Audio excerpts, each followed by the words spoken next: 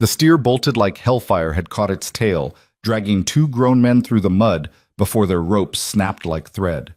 Nathan Hale watched his best hands stumble to their feet, cursing, while 1,000 pounds of terrified beef thundered toward the canyon edge. One more step and he'd lose the animal, and possibly a man trying to save it. Then a rope sang through the air, clean and true, and the steer jerked to a halt 3 feet from the drop. Nathan turned to see who'd made the throw. His foreman's jaw went slack. That's a woman. If you're watching from anywhere in the world, drop your city in the comments below. I want to see how far Mara's story travels. And if you believe some rules are made to be broken, hit that like button and stay until the end. This is a story about a woman who refused to be anything less than extraordinary. The rope burned hot through Mara Cole's gloves as the steer fought against physics and her will. She'd wrapped the line twice around her saddle horn. A rookie would have tried to hold it by hand and lost fingers. And now she simply sat deep in the saddle, letting her mare do what 12 years of training had taught her. The horse planted her hooves and held. Easy, Mara murmured, though whether she meant the horse, the steer, or herself, she couldn't say. The animal's wild eye rolled white as it struggled, but the loop had settled perfect around its neck, just behind the jaw, where a good throw landed. Not too tight to choke, not too loose to slip. Mara had made that throw 1,000 times, and she'd make it 1,000 more before she was done with this life. If anyone would let her. The men were staring. She could feel their eyes like brands even before she turned her head. 6 ranch hands scattered across the muddy holding pen, their own ropes hanging useless, their faces ranging from shocked to skeptical to something that looked uncomfortably like anger. The foreman, a barrel-chested man named Tom Wardell, with a beard that hid most of his expression, was the first to move. He strode through the mud with his boots making sucking sounds, his eyes fixed on Mara like she was a puzzle he couldn't solve. He stopped, seemed to reconsider his words. That was a good throw. Mara touched the brim of her hat, keeping her face neutral. Just doing the job, sir. The job. Wardell's tone suggested he had opinions about women and jobs and the proper intersection of the two. Right. Well, get that steer into the north pen before he tries something else stupid. She nodded and nudged her mare forward, keeping the line taut as she maneuvered the steer away from the canyon edge. The animal had given up fighting now, its sides heaving, its brief burst of freedom over. Mara knew the feeling. Behind her, she heard the murmur of male voices, low and speculative. She'd heard those tones before, on every ranch she'd worked in the 3 years since she'd lost everything. Men didn't know what to make of a woman who could rope and ride and work cattle with the best of them. Some were impressed. Some were threatened. Most were both. She didn't care anymore. She'd learned to live with their stares, their whispers, their occasional crude suggestions. What mattered was the work. The work was clean and honest, and it didn't lie. You were good enough or you weren't. The rope caught or it didn't. Everything else was noise. Mara guided the steer into the pen and dismounted to remove her rope. The animal trotted away, already forgetting its near-death experience, already thinking about hay and water and the simple pleasures of being a steer. She coiled the rope with practiced efficiency, checking for wear as she worked. The hemp was getting thin in places. She'd need to replace it soon, which meant another expense, another calculation of what she could afford versus what she needed. The story of her life lately. Miss Cole. The voice was different from the others, quieter, more measured. Mara turned to find a man standing a respectful distance away, his hat in his hands. He was tall, with dark hair touched with gray at the temples, despite looking no older than 35. His clothes were well made but worn from use, not for show. His eyes were gray, steady, and intelligent. Nathan Hale, the owner. She'd seen him from a distance when she'd arrived at North Ridge Ranch that morning, answering the general call for day workers to help with a difficult gather. She hadn't expected him to speak to her directly. Owners rarely did. Mr. Hale? She kept her voice level, professional. That was exceptional work just now. He gestured toward the canyon edge. Most men would have hesitated. The steer would be dead. Mara shrugged slightly. The rope was already in my hand. Just seemed wasteful to let good beef go over. A slight smile touched his mouth. Practical. I try to be. He studied her for a moment, and Mara forced herself to meet his gaze without flinching. She'd learned early that men respected you more if you didn't look away first, even when their attention made your skin crawl. Though Hale's attention didn't feel threatening, it felt measuring, like he was weighing something carefully. Tom tells me you hired on this morning for day work, he said finally. Yes, sir. Where did you learn to rope like that? The question was casual, but Mara heard the real inquiry underneath. Where did a woman learn skills that most men struggled to master? The answer was complicated and painful, and she had no intention of sharing it with a stranger. My father taught me, she said simply. He believed skill mattered more than circumstance. Something shifted in Hale's expression, recognition perhaps, or understanding. Your father was a wise man. Was, Mara confirmed, keeping her voice flat. He's been dead 3 years. I'm sorry.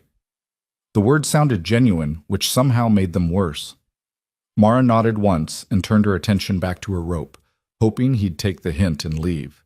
She didn't need pity. She'd had enough pity to last a lifetime, and it had never once put food on her plate or a roof over her head. But Hale didn't leave.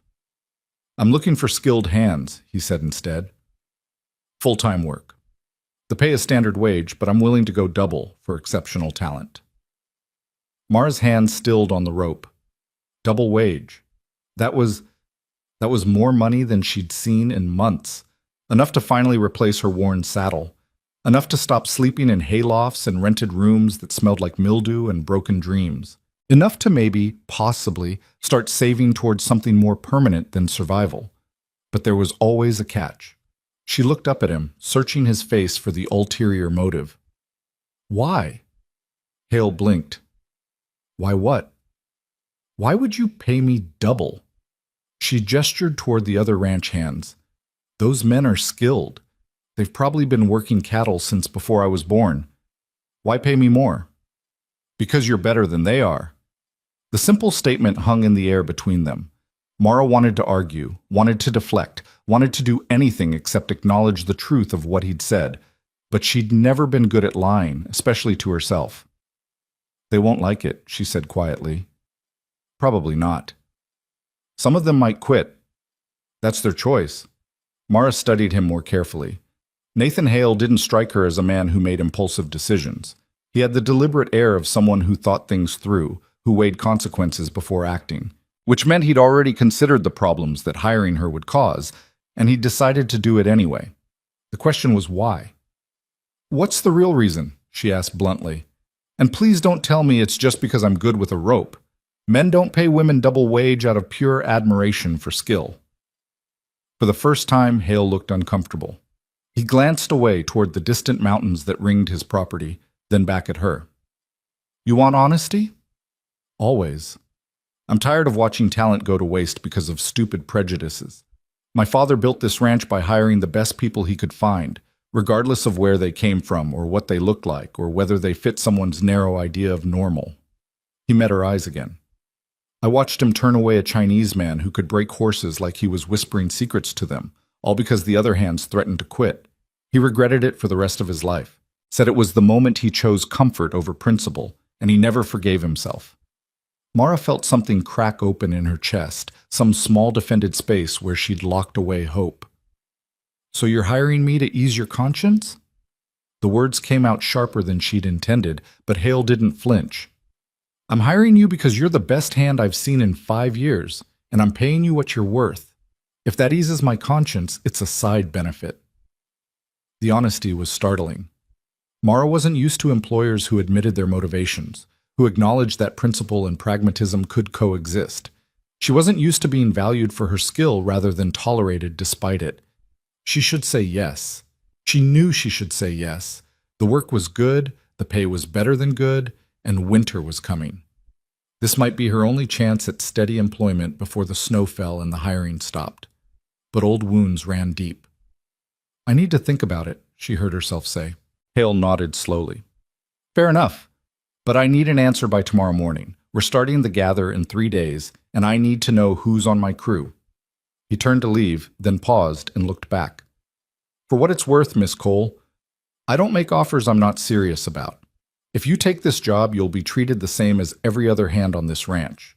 No better, no worse. You'll earn your keep, same as them, and if you prove yourself, there'll be more opportunities down the line. Then he was gone, striding back toward the main house with the easy confidence of a man who owned the ground beneath his feet. Mara stood in the mud, her rope coiled over her shoulder, watching him go. Around her, the other ranch hands had returned to work. Though she could feel their sideways glances, their whispered speculation. They knew something had happened, they just didn't know what. Neither did she, really. Double wage, full-time work. A chance to prove herself on one of the largest, most respected ranches in eastern Oregon. It sounded too good to be true, which meant it probably was. Mara rode into town as the sun touched the horizon, painting the sky in shades of copper and rust. Ridgeway wasn't much. A main street, a handful of stores, 2 saloons, and a bank that looked far too prosperous for a town this size. But it had a boarding house that rented rooms by the week, and Mrs. Chen, who ran it, didn't ask questions as long as the rent came on time. She stabled her mare at the livery, paying the hostler his fee and ignoring his raised eyebrows when she insisted on checking the hay and water herself. She'd learned not to trust other people's standards when it came to caring for her horse. The mare was more than transportation. She was partner, companion, and sometimes the only living thing that seemed to give a damn whether Mara lived or died. "You did good today, girl," Mara murmured, running her hand down the mare's neck. "Real good." The horse whickered softly and turned her attention to her feed. Satisfied, Mara shouldered her saddlebags and headed for the boarding house. Mrs. Chen was in the kitchen when Mara arrived, stirring something that smelled like heaven and made Mara's stomach cramp with hunger.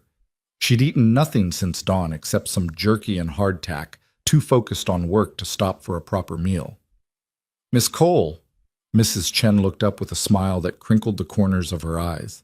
She was a small woman, barely 5 feet tall, but she had the presence of someone much larger. "Good day?" "Might have been." Mara set her saddlebags down. "Is my room still available?" "Always, as long as you pay." Mrs. Chen's English carried the musical lilt of her native Cantonese, but her meaning was always crystal clear. "You look hungry. Sit, eat." It wasn't really a request. Mara had learned that Mrs. Chen viewed feeding people as both business and moral obligation, and arguing was pointless. She sat at the worn kitchen table while Mrs. Chen ladled soup into a bowl, something rich with vegetables and chunks of chicken that made Mara want to weep with gratitude. "Thank you," she said quietly. Mrs. Chen waved the thanks away. "You work hard. You need food. Simple." If only everything were that simple. Mara ate slowly, trying not to shovel the soup down like a starving animal despite her body's demands. Mrs. Chen worked at the stove, giving her space but maintaining a companionable presence. It was one of the things Mara appreciated about the older woman. She understood the value of silence, of letting people be without demanding conversation or explanation. "Someone at Northridge Ranch offers you job today," Mrs. Chen said after a while. It wasn't a question. Mara looked up, startled. "How did you—" "Tom Wardell's wife. She comes to market this afternoon. She tells me Nathan Hale is thinking to hire a woman for full-time work. She's not happy about this." Mrs. Chen's expression was neutral, but her eyes held understanding. "Only one woman working Northridge today." Of course. Small towns had no secrets. Whatever decision Mara made, everyone would know by morning. "He offered double wage," Mara admitted. Mrs. Chen's eyebrows rose. "This is unusual." "That's what I thought." "But you don't say yes right away." Mara set down her spoon, her appetite suddenly gone despite her hunger. "I've had offers before, Mrs. Chen. Good offers. They always come with strings attached." The older woman studied her for a long moment. Then she came to the table and sat down across from Mara, her small hands folded in front of her. "I tell you story," she said. "When I come to this country, I am young. I speak no English. My husband, he brings me to California to work on railroad. They tell us we can make good life, have opportunity. You know what we find?" Mara shook her head. "We find men who work us like animals, who pay us half what they pay white workers, who beat my husband when he complains about safety, who look at me like I am not human. Mrs. Chen's voice remained calm, matter of fact, but Mara could hear the old pain underneath. My husband dies in tunnel collapse. Company says he is careless. They give me nothing. I'm sorry, Mara whispered. I am sorry too. But I tell you this because after he dies, I have choice. I can believe all men are liars, all promises are traps. I can hide and survive and never trust anyone again.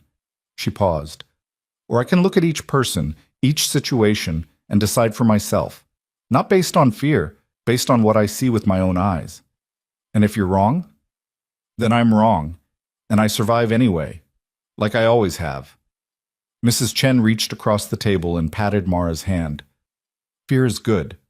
Fear keeps us alive. But fear that stops us from living? That is just another kind of dying. Mara felt something loosen in her throat, some knot she'd been carrying for so long she'd forgotten it was there. What if I fail? She asked quietly. What if I take the job and I can't do it? Or the men make it impossible? Or then you leave. You find another job. You survive. Mrs. Chen's smile was gentle. You are very good at surviving, Miss Cole. Maybe it is time to be good at something more. Mara lay awake that night in her narrow rented room, staring at the ceiling and listening to the sounds of the boarding house settling around her. Someone snored down the hall. Outside, a dog barked once, then fell silent. The wind rattled the window frame, carrying the first whisper of autumn cold. She thought about her father. Thomas Cole had been a small rancher, the kind of man who believed in hard work and fair dealing and the essential goodness of people even when they proved him wrong. He'd taught Mara everything he knew about cattle and horses and land management, not because he thought she'd need it, but because he believed knowledge was valuable for its own sake. Never let anyone tell you what you can't do, girl, he'd said 100 times, 1,000. You show them what you can do and let that speak for itself. She'd tried. After he died and the bank foreclosed on the ranch, claimed he'd missed payments, produced papers she'd never seen, legal documents that might as well have been written in a foreign language. She'd tried to keep going. She'd thought skill would be enough, thought competence would open doors. She'd been young and stupid and painfully naive. The first rancher who hired her had seemed decent enough, right up until he'd cornered her in the barn and made it clear what he expected in exchange for employment. When she'd kneed him in the groin and left, he'd spread word that she was a troublemaker, unreliable, not worth the hassle. The second rancher had been smarter. He'd never touched her, never said anything actionable. He'd just worked her twice as hard as the men, paid her half as much, and fired her the moment she'd complained. No explanation, no recourse. The third had simply refused to believe a woman could do the work, no matter how many times she proved it. He'd kept her on for exactly 2 weeks before deciding she was too much of a distraction for his crew. After that, Mara had stopped expecting anything except temporary work and suspicion. She'd learned to keep her head down, do the job, take the pay, and move on before things could get complicated. It had kept her alive. It had kept her moving. But Mrs. Chen was right. It wasn't living. It was just a slower form of dying. Nathan Hale's offer hung in her mind like a rope thrown across a chasm. She could grab it and see if it held, or she could let it fall and keep walking the path she knew. Safe, predictable, slowly suffocating. Mara closed her eyes and made her decision. Bam! She arrived at Northridge Ranch as the sun crested the eastern hills, painting the landscape in shades of gold and shadow. The ranch sprawled across a broad valley, with the main house sitting on a slight rise overlooking corrals, barns, bunkhouses, and outbuildings that spoke of prosperity and careful management. Cattle dotted the distant fields, dark shapes against the pale grass. It was beautiful. It was everything her father's ranch had been, before the banks took it. Nathan Hale was standing near the main corral, talking with Tom Wardle.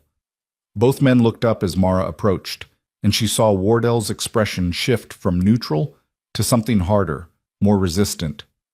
She ignored him and focused on Hale. "I'll take the job," she said without preamble. "Double wage, full-time work, same treatment as every other hand." Those were the terms. Hale's face didn't change, but something in his eyes suggested satisfaction. "Those were the terms," he confirmed. "Welcome to Northridge, Miss Cole," He extended his hand. Mara shook it, feeling the rough calluses that marked him as a working owner, not someone who just watched from a distance. His grip was firm but not crushing, respectful without being tentative. Tom will show you the bunkhouse and get you settled, Hale continued. We start the gather at dawn tomorrow, so you'll want to check your gear tonight. Wardell looked like he'd swallowed something sour, but he nodded. Follow me, Miss Cole. As they walked away, Mara heard one of the other hands mutter something low and crude. Wardell's head whipped around. You got something to say, Jenkins. Say it to my face. Jenkins, a weathered man with tobacco-stained teeth, met Wardell's glare. Just wondering why we need to hire women when there's plenty of men who need work. Mr. Hale makes the hiring decisions, Wardell said flatly. You got a problem with that? Take it up with him. Otherwise, shut your mouth and do your job. Jenkins subsided, but the resentment in his eyes was clear. Mara kept her expression neutral, her shoulders straight. This was what she'd expected. This was the price of the opportunity. She'd paid worse. The bunkhouse was rougher than she'd hoped. A long, low building with a row of narrow beds, a few battered trunks, and a wood stove at one end. It smelled like sweat and tobacco, and the particular mustiness of places where men lived without much concern for cleanliness. Wardell gestured toward an empty bed in the corner. You can have that one. Breakfast is at 5. Work starts at first light. You'll want to... I know the routine, Mara interrupted gently. This isn't my first ranch. Wardell studied her for a moment. Right. Well, there's a lock on that trunk if you need it. Probably should use it. It was as close to kindness as she was likely to get from him. Mara nodded her thanks and set about organizing her meager belongings. She'd learned to travel light, changes of clothes, her rope and tools, a few personal items that were more sentimental than practical. Everything she owned fit in 2 saddlebags and a bedroll. The other hands trickled in as the day progressed, and Mara endured their stares and whispers with practiced indifference. A few nodded acknowledgement. Most ignored her. Jenkins made a point of spitting on the floor near her bunk before he walked away. She didn't react. Reaction was what men like Jenkins wanted, and she'd learned not to give them the satisfaction. By evening, the bunkhouse had settled into an uneasy truce. The hands gathered around the stove, playing cards and talking in low voices. Mara sat on her bunk, checking her rope and gear, trying to look occupied and unavailable for conversation. You really make that throw this morning, the one everyone's talking about? The voice came from a young man, barely 20, with a friendly face and curious eyes. He'd taken the bunk 2 down from hers, and he'd been one of the few who'd nodded greeting earlier. Mara looked up. Yeah, that's... He shook his head, grinning. That's something. I'm still working on getting my loop to land where I aim it. Half the time the steer's in the next county before I get close. Despite herself, Mara smiled slightly. Practice. That's all it is. I'm Danny. He stuck out his hand. Danny Wright. This is my 2nd season at North Ridge. She shook his hand. Mara Cole. I know, everyone knows. Danny's grin widened. You're the talk of the ranch. Half the hands think you're going to show us all up. Other half think you'll quit before the week's out. What do you think? I think anyone who can make Tom Wardell look impressed probably knows what they're doing. He lowered his voice conspiratorially. And between you and me, we could use someone who shakes things up around here. Gets boring sometimes. Mara found herself liking this earnest young man despite her better judgment. It might get more than boring if the others decide they don't want me here. Let him try. Danny's jaw set in a way that suggested he was tougher than he looked. Mr. Hale doesn't make stupid decisions. If he hired you, you deserve to be here. Anyone who can't handle that can leave. It was naive and optimistic and exactly the kind of thinking that got crushed in the real world. But it was also kind, and Mara hadn't experienced much kindness lately. Thanks, she said quietly. Danny nodded and went back to his own preparations, leaving Mara to her thoughts. Tomorrow would tell the tale. Tomorrow she'd either prove herself to these men, or she'd confirm every prejudice they already held. There was no middle ground, no room for error. She'd been in this position before, but this time felt different. This time she had an employer who'd put his money where his principles were. She had double wage and the chance to build something more than survival. And she had a memory of her father's voice, telling her to show them what she could do. Mara lay back on her bunk and closed her eyes, listening to the sounds of men settling in for the night. Outside, the wind picked up, carrying the scent of sage and distance. Somewhere in the darkness, cattle lowed softly, and a coyote called to the rising moon. Tomorrow, the real work would begin. Tomorrow, she'd find out if Nathan Hale's faith was justified. Tomorrow, she'd prove that some rules were made to be broken, or she'd break trying. But tonight, for the first time in 3 long years, Mara Cole allowed herself to hope. The gather began before sunrise, when the world existed in shades of gray, and the stars still burned cold overhead. Mara saddled her mare in the pre-dawn darkness, her fingers working by memory and habit, while around her the other hands moved through their own preparations with the efficient silence of men who knew their work. Danny appeared at her elbow, his young face eager despite the early hour. "You'll be working the West Ridge with me and Cooper," he said quietly. "It's rough country up there. Lots of brush, some nasty ravines. Mr. Hale wants us to sweep it clean before the main herd gets pushed through." Mara nodded, checking her cinch one final time. Cooper was one of the older hands, a lean man with silver threading his dark hair and the cautious eyes of someone who'd seen trouble before. He'd been one of the ones watching her yesterday with what looked like skepticism rather than outright hostility. "Miss Cole," Cooper's voice was gravel and smoke, "you know how to work rough country." "I've worked rougher," she said simply.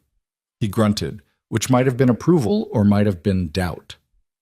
"Stay close then. Easy to lose track of someone up there if they don't know the land."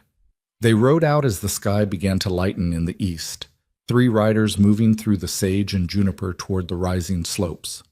The air smelled of dust and crushed grass, and the particular sharpness that came just before dawn.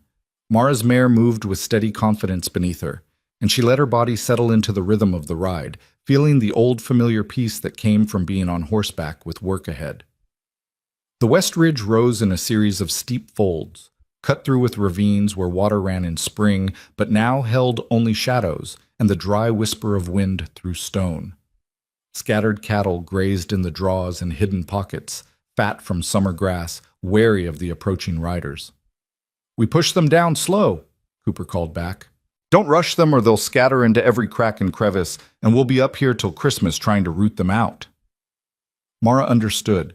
Cattle were herd animals, but they were also individuals with their own stubborn ideas about where they wanted to be. Push too hard and they'd panic. Push too soft and they'd ignore you entirely. The trick was finding the balance, reading each animal's mood and adjusting accordingly. They spread out in a loose line and began working the slope, moving cattle down toward the valley floor with patience and steady pressure. It was skilled work, requiring constant attention to terrain, livestock, and the positions of the other riders. Mara found herself falling into the flow of it, her awareness expanding to encompass the whole operation, where the cattle wanted to go, where they needed to go, how to guide them without force. A cow and calf broke from the group, heading for a narrow ravine thick with brush. Without thinking, Mara urged her mare forward, cutting off their escape route and turning them back toward the herd with a sharp whistle and a wave of her rope. The cow considered fighting, then thought better of it and trotted back to join the others. "Nice work," Danny called, grinning. Cooper said nothing, but when Mara glanced his way, she caught what might have been the ghost of a nod. They worked through the morning as the sun climbed and the temperature rose, pushing cattle down from the high country in small groups that gradually merged into a larger herd. It was hot, dusty work that left Mara's throat dry and her shirt stuck to her back with sweat, but it was good work, the kind that required skill and attention rather than just brute strength. Around midday, they stopped to rest the horses and eat the cold biscuits and jerky they'd brought. Cooper found a patch of shade under a twisted juniper and settled against the trunk, studying Mara with those careful eyes. "You've done this before," he said finally. Not a question. "My father had a ranch," Mara replied, taking a long drink from her canteen. "Not as big as this, but big enough. I learned young." "What happened to it?" The question was direct but not unkind. Mara considered how much to share, weighing honesty against privacy. Something about Cooper's steady presence suggested he'd understand more than most. "Bank foreclosed," she said shortly, "after my father died. They said he owed money I never knew about. Had papers I'd never seen." Cooper's expression darkened. "Let me guess. Ridgeway Bank? Mara's head came up sharply. You know about them? Everyone knows about them, or they should. He spat into the dust. Samuel Garrett runs that bank like his own personal kingdom. Loans money to small ranchers at decent rates, then finds excuses to call the notes due early. Foreclosures, sales, consolidation. Half the land he owns used to belong to people who trusted him. The name hit Mara like a physical blow. Samuel Garrett. She'd seen that name on the foreclosure papers, signed in bold black ink below language she hadn't fully understood. She'd been 18 years old and newly orphaned, and the lawyer who'd explained the situation had used words like unfortunate and unavoidable, while his eyes had suggested she was wasting his time. He took everything, she said quietly. The land, the house, the cattle. Said it was all owed. I didn't know how to fight it. Didn't know I should try. Nothing you could have done, Cooper said, his voice rough with something that might have been anger or sympathy or both. Garrett's got judges in his pocket, lawyers on retainer. He's been doing this for 20 years, getting richer while good people lose what they built. Danny had been listening in silence, his young face troubled. But that's not legal, is it? You can't just steal people's land. It's legal enough if you've got the right papers and the right connections, Cooper said grimly. And Garrett's got both. Mara felt old rage stirring in her chest, the kind she'd learned to bury because it didn't help anything, didn't change what had happened. But knowing she wasn't alone, that others had suffered the same way, that there was a pattern and a name behind the loss, made the anger sharper, more focused. Why doesn't anyone stop him? She asked. Cooper's laugh was bitter. With what? Most of the people he ruins are barely scraping by to begin with. They don't have money for lawyers or influence or anything except their labor, and by the time they realize what's happening, it's too late. He paused, his eyes distant. My brother lost his place to Garrett 5 years back, hung himself in his barn 3 months later, left a wife and 2 kids with nothing. The words hung in the hot afternoon air, heavy with grief and helpless fury.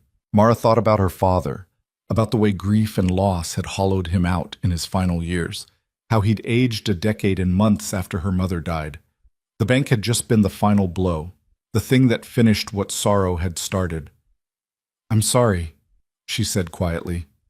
Cooper shrugged, but his jaw was tight. It is what it is. We survive or we don't. That's the choice. They mounted up and returned to work, but something had shifted in the air between them. Cooper rode closer now, occasionally offering quiet advice about the terrain or pointing out cattle Mara might have missed. It wasn't friendship exactly, more like the beginning of respect, the acknowledgement that they'd both lost things to the same enemy. The afternoon wore on in a haze of heat and dust and the constant movement of cattle. Mara's body settled into the familiar ache of long hours in the saddle, muscles remembering rhythms they'd known since childhood. Her mare worked like an extension of her own will, responding to the slightest shift of weight or touch of rein. They were pushing the last group of cattle down a steep slope when Mara heard the shout. Run away! She looked up to see a young steer breaking from the herd, its eyes wild with panic as it bolted up the slope rather than down. Behind it, Jenkins was cursing and fighting with his horse, which had apparently spooked at something and was dancing sideways instead of pursuing. The steer was heading for a cliff edge hidden by brush and shadow. Mara could see it even if the animal couldn't. In seconds it would be over, falling to the rocks below. Her rope was in her hands before conscious thought caught up.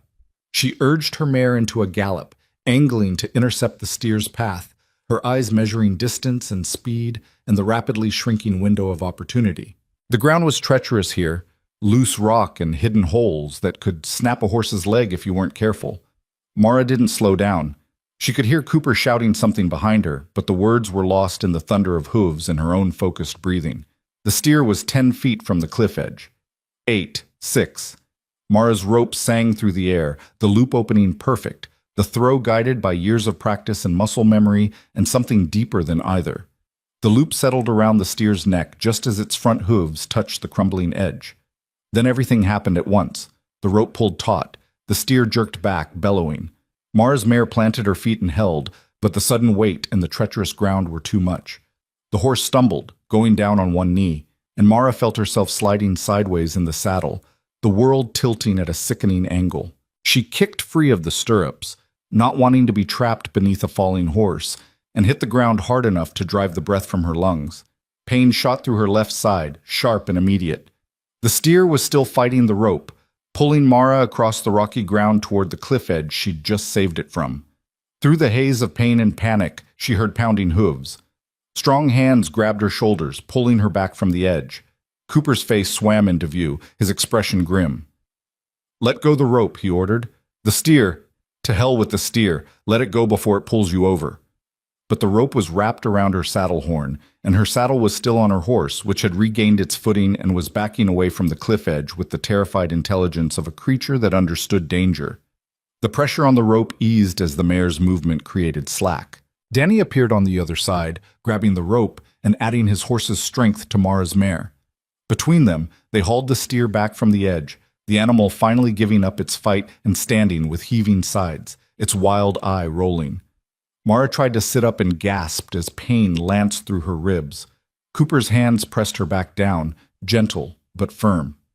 "Easy. Don't move yet." "I'm fine," she managed, though her voice sounded thin even to her own ears. "You're not fine. You just got dragged across rocks and nearly went over a cliff." Cooper's weathered face was tight with concern. "Can you breathe?" Mara took an experimental breath and immediately regretted it. The pain in her left side flared hot and sharp, making spots dance in her vision. "Ribs," she gasped. "Maybe cracked." "Maybe broken," Cooper corrected. He looked up at Danny. "Ride down and get Mr. Hale. Tell him we need the wagon." "I can ride," Mara protested, trying again to sit up. This time Cooper didn't push her down, but his hand stayed on her shoulder, steadying. "You could ride. You could also fall off your horse halfway down the mountain and break your neck.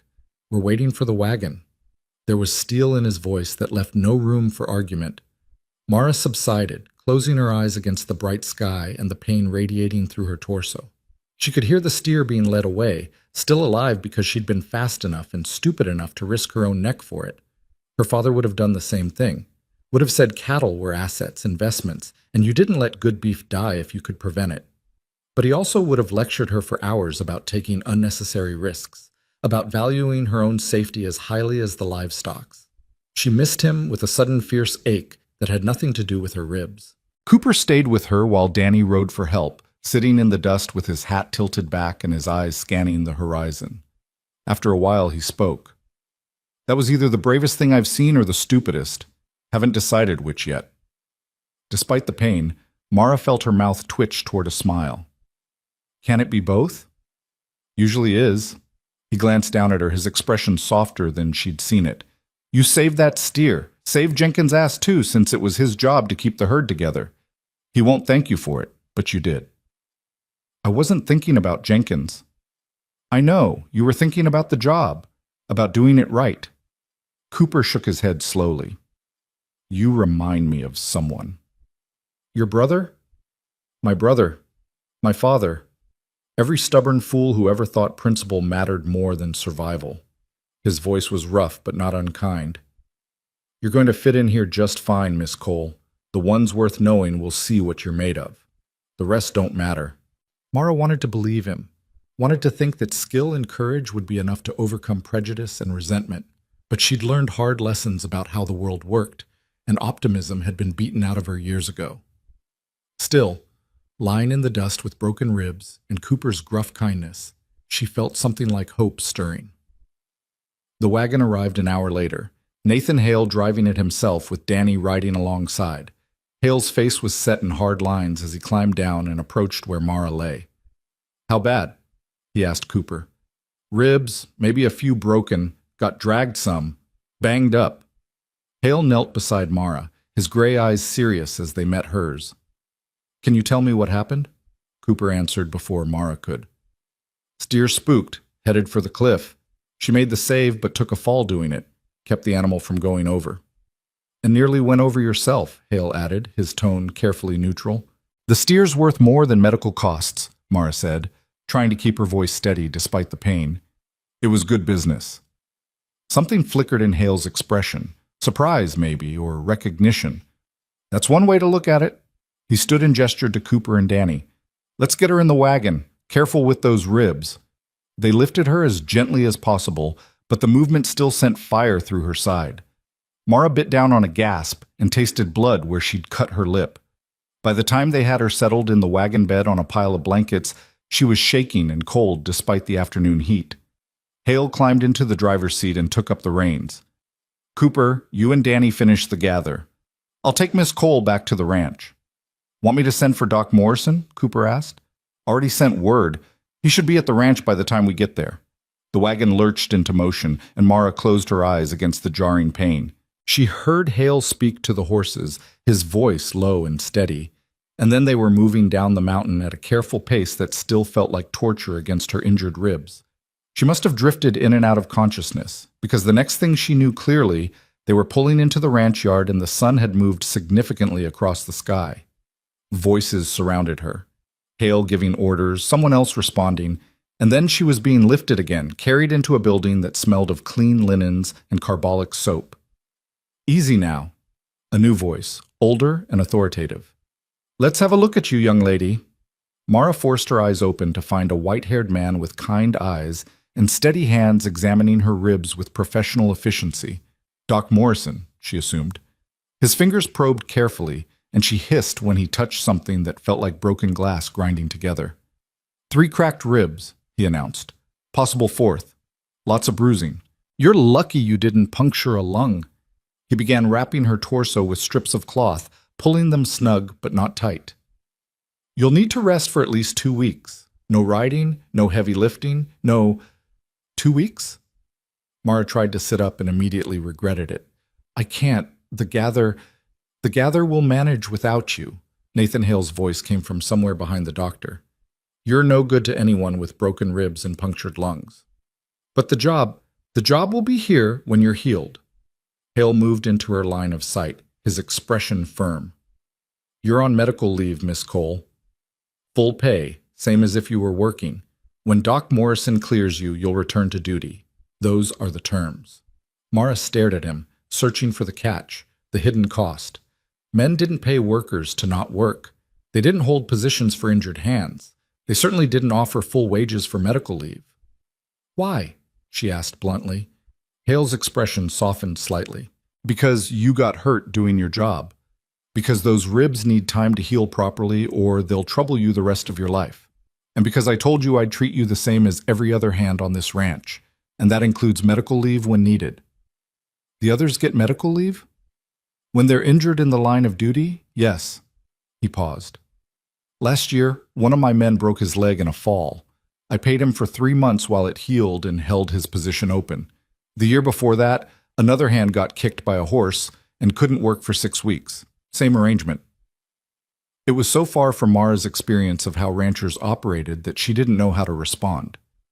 Every other employer had treated workers as replaceable, injuries as inconveniences that justified dismissal. The idea that Nathan Hale would actually stand behind his promises seemed almost too good to be true. Doc Morrison finished wrapping her ribs and stepped back, wiping his hands on a clean cloth. "She'll need somewhere quiet to recover. Bunkhouse is no place for someone who needs rest." "I've already had a room prepared in the main house," Hale said. "Miss Cole will stay there until she's well enough to return to the bunkhouse." "The main house?" Mara's voice came out sharper than she'd intended. "That's not— I can't—" "You can, and you will." Hale's tone left no room for argument. "There's a spare room on the ground floor with a good bed and privacy. Mrs. Granger, my housekeeper, will look after you. It's already arranged." Mara wanted to protest further, wanted to insist that she didn't need special treatment or charity or whatever this was. But the pain in her ribs was making it hard to think clearly, and the idea of trying to rest in the noisy, crowded bunkhouse made her want to weep with exhaustion. "Just until I'm healed," she said finally, her voice barely above a whisper. "Just until you're healed," Hale agreed. "Now rest. Doctor's orders." Morrison left more instructions and a bottle of laudanum for the pain, then departed with promises to check on her in a few days. Hale stayed a moment longer, standing at the foot of the bed with his arms crossed and his expression thoughtful. "That was good work today," he said quietly. "Risky, but good. You saved a valuable animal and probably saved Jenkins from a reprimand for losing it. Jenkins won't see it that way, Mara murmured, her eyelids growing heavy. Jenkins can go to hell. The mild profanity was surprising coming from Hale's usually measured tones. You did your job better than he did his. That's what matters. Mara wanted to argue, wanted to explain that it wasn't that simple, that men like Jenkins would resent her success rather than respect it. But exhaustion was pulling her down, and the laudanum was beginning to blur the edges of pain into something more manageable. Thank you, she managed. Rest, Miss Cole. We'll talk more when you're feeling better. She heard him leave, his footsteps quiet on the floorboards, and then there was only darkness, and the slow rhythm of her breathing and the distant awareness of pain held at bay by medicine and exhaustion. When Mara woke, it was full dark outside, and someone had lit a lamp on the bedside table. The room was small but comfortable, with whitewashed walls and simple furniture that looked well made and cared for. A window showed darkness and stars beyond the glass. Her ribs still hurt, but the sharp edge of agony had dulled to a persistent ache. She shifted carefully, testing her range of movement, and found she could breathe without gasping as long as she kept the breath shallow. A soft knock sounded at the door. Come in, Mara called, her voice rough from sleep and thirst. The door opened to reveal a woman in her 50s with iron-gray hair pulled back in a neat bun and warm brown eyes that suggested both competence and kindness. She carried a tray with a bowl of soup, bread, and a cup of water. Miss Cole, I'm Mrs. Granger. Mr. Hale asked me to look in on you. She set the tray on the bedside table and helped Mara sit up against the pillows, her movements gentle but efficient. You need to eat something before you sleep again. Doctor's orders. The soup was rich and savory, and Mara realized she was ravenously hungry, despite, or perhaps because of, the day's trauma. She ate slowly, letting Mrs. Granger fuss over her with the practiced care of someone who'd tended many injuries before. You gave everyone quite a scare today, Mrs. Granger said as she collected the empty bowl. Cooper came in looking like he'd seen a ghost. Said you nearly went over the cliff saving some fool steer. It wasn't foolish, Mara said automatically. It was worth money. Mrs. Granger's expression suggested she had opinions about the relative value of cattle versus human life, but she kept them to herself. Well, you're safe now, and that's what matters. Is there anything else you need before I let you rest? Mara hesitated, then asked the question that had been nagging at her since she'd woken. Why is Mr. Hale doing this? The medical leave, the room, the full pay? I've only been here 2 days. Mrs. Granger settled into the chair beside the bed, her hands folded in her lap. Mr. Hale is a fair man, Miss Cole. When his father died and left him this ranch, Nathan could have sold it and lived easy on the proceeds. Instead, he stayed because he believed in what his father built, a place where people were valued for their work and their character, not their circumstances. She paused, her eyes distant with memory. I came to North Ridge 15 years ago, right after my husband died. I had no family, no prospects, no skills except cooking and keeping house. Mr. Hale's father hired me when no one else would, gave me a place to live and work, treated me with dignity. When he passed and Nathan took over, he kept every promise his father made. That's the kind of man he is. That's rare, Mara said quietly. Rarer than it should be. Mrs. Granger stood, smoothing her apron. You rest now, morning soon enough to worry about the world. After she left, Mara lay in the darkness and thought about Nathan Hale, about a man who paid injured workers, who hired based on skill rather than prejudice, who apparently lived by principles that most people only pretended to value. She thought about Cooper's respect and Danny's easy acceptance, and the way even Tom Wardell's skepticism seemed to be thawing into something like grudging approval. She thought about the fact that in 2 days at Northridge Ranch, she'd been valued more highly than in 3 years of drifting from job to job. It should have made her happy. Instead, it made her afraid. Because the higher you climbed, the farther you had to fall. And Mara had fallen far enough already to know that hope was the most dangerous thing a person could carry. But as she drifted back towards sleep, her ribs aching and her body exhausted, she couldn't quite suppress the small, stubborn voice that whispered, maybe this time would be different. Maybe this time she'd found a place worth staying. The days blurred together in a haze of healing and enforced stillness that left Mara restless and anxious. Mrs. Granger brought meals 3 times daily, along with updates from the ranch that only emphasized how much work was happening without her. The gather had finished successfully. The cattle were being sorted and branded. Life at North Ridge went on as if she'd never been part of it. On the 4th morning, Mara woke to find Nathan Hale sitting in the chair beside her bed, a ledger open on his lap and a pencil behind his ear. He looked up when she stirred, his expression calm. "Good morning, Miss Cole. How are the ribs?" She pushed herself carefully to sitting, testing the pain. It was there, constant and nagging, but no longer the sharp agony of those first days. "Better. I should be able to return to work soon. Doc Morrison says another week at minimum." Hale closed the ledger and set it aside. "But since you're clearly going mad with boredom, I thought you might help me with something." Mara eyed him warily. "What kind of help?" "The kind that involves numbers and record-keeping rather than physical labor." He gestured to the ledger. "I'm trying to finalize the cattle count and reconcile it with our projections from spring. My bookkeeper quit last month, and I'm discovering I'm better with livestock than ledgers." It was such an unexpected request that Mara didn't know how to respond. She'd kept her father's ranch books for years before the bank took everything, had a natural facility with numbers that had made the work almost enjoyable.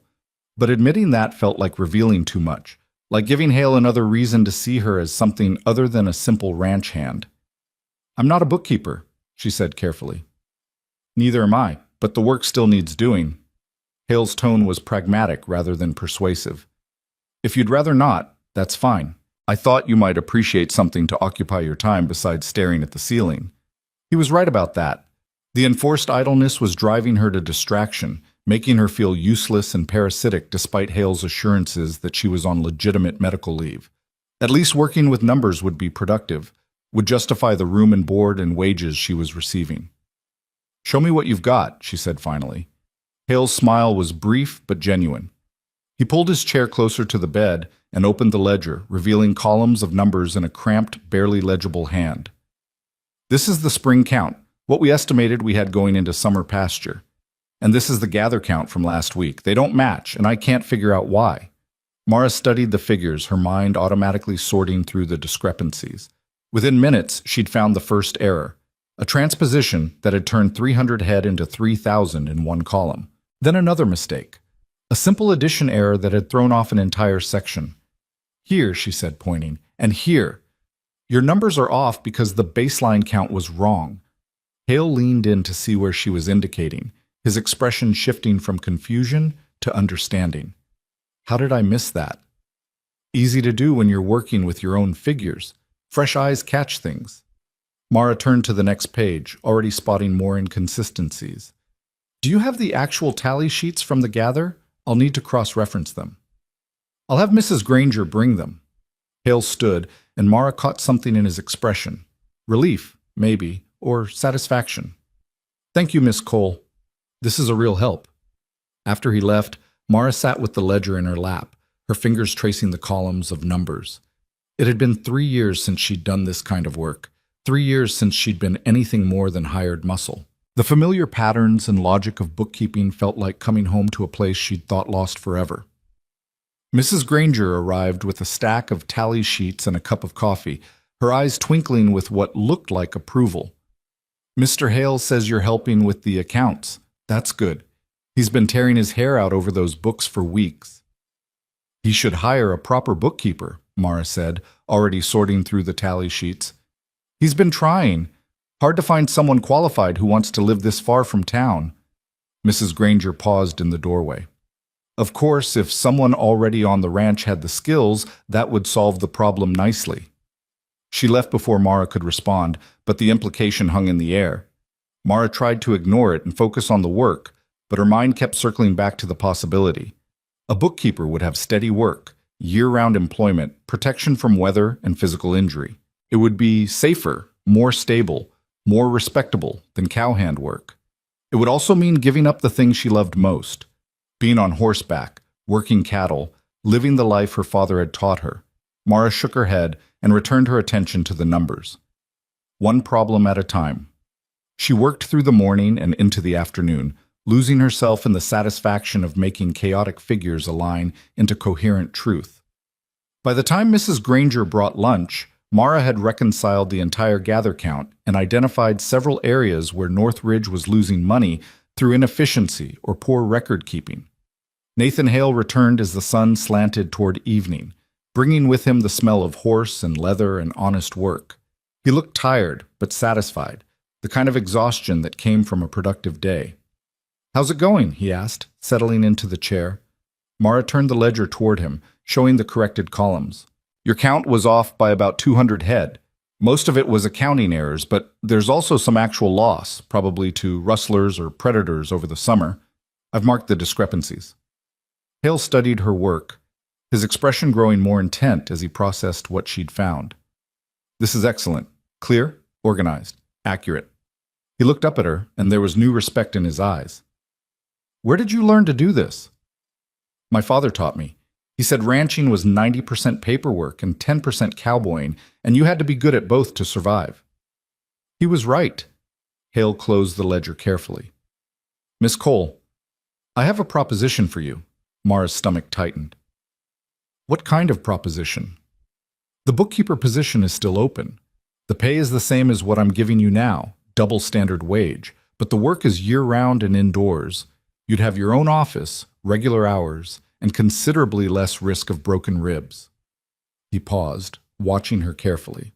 "You're clearly qualified, and I need someone I can trust with the ranch's finances."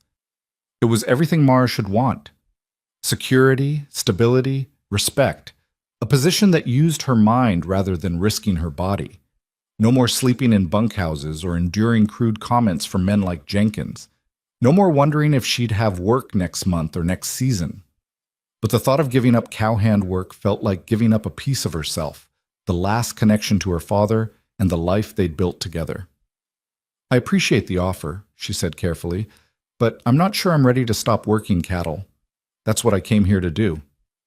"What if you could do both?" Mara blinked. "What?" Hale leaned forward, his expression thoughtful.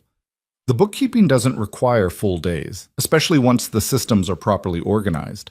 What if you handled the accounts and still worked as a hand when we need extra riders? Best of both positions." It was so unexpected, so perfectly suited to what Mara actually wanted, that she immediately distrusted it. Why would you do that? It's inefficient to have someone split between two jobs. It's practical to use people's full range of skills. You're good with numbers and good with cattle. Northridge benefits from both. Hale's tone was matter-of-fact. Plus, it gives you options. If you decide you prefer one over the other, we can adjust. But this way, you're not forced to choose. Mara studied his face, looking for the angle, the hidden cost. But Nathan Hale's gray eyes were steady and honest, showing nothing except genuine interest in solving a problem that benefited everyone involved. "I need to think about it," she said finally. "Fair enough? No rush? You've got another week of recovery anyway." He stood, collecting the ledger. "In the meantime, if you're willing, I'd appreciate your help getting the rest of the accounts in order. Turns out I'm even worse at this than I thought."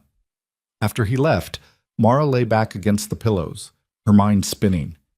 Every instinct she'd developed over 3 hard years screamed that this was too good to be true, that there had to be a catch, that trusting Nathan Hale's apparent integrity would end in disappointment and betrayal. But another part of her, smaller, more fragile but stubbornly persistent, whispered that maybe not all men were like the ones who'd taken advantage of her vulnerability. Maybe some people actually meant what they said and followed through on their promises. Maybe Nathan Hale was one of them. The next morning brought an unexpected visitor.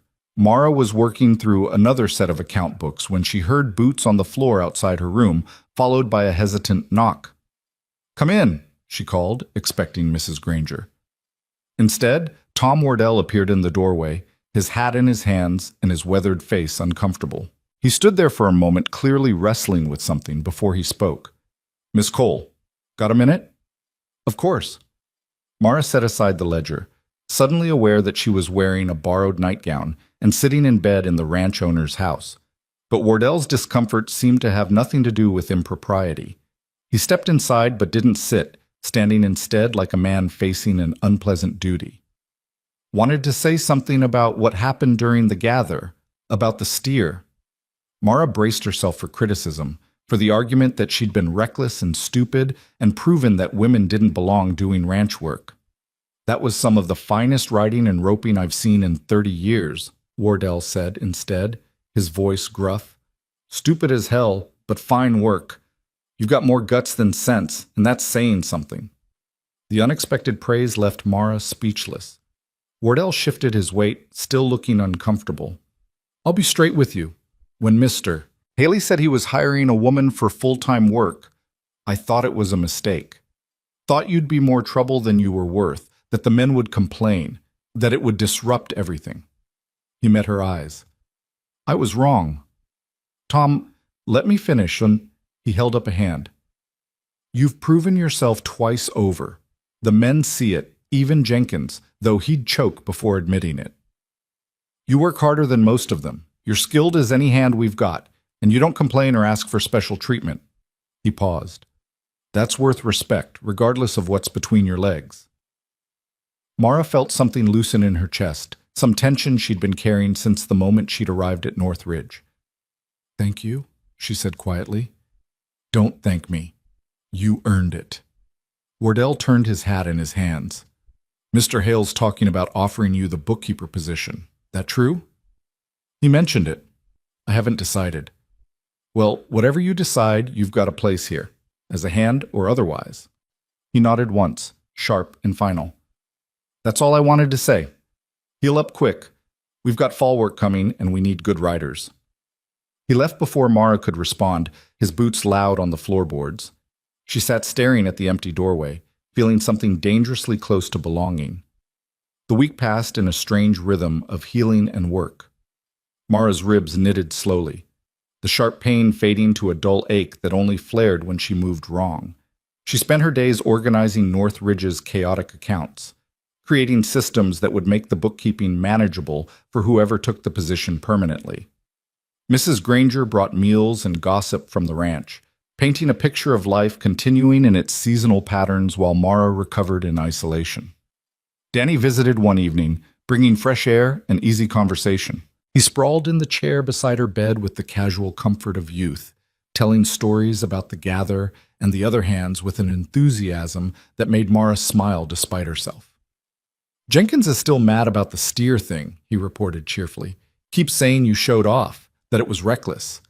But Cooper told him to shut up or he'd demonstrate some reckless behavior of his own, and that was the end of that. Cooper's been kind, Mara said carefully. Cooper's a good man. Lost his brother to the bank a few years back, so he's got no patience for bullies or cheats. Danny's expression turned more serious.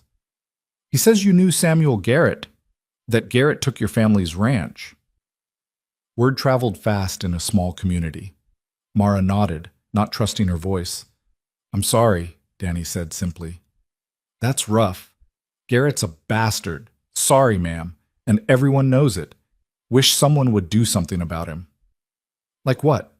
Mara's tone was sharper than she'd intended. He's got the law on his side, lawyers to write whatever papers he needs, judges who owe him favors. What can anyone do against that? Danny shrugged, but his young face was troubled. Don't know, but it doesn't seem right that men like him can just destroy people's lives and face no consequences.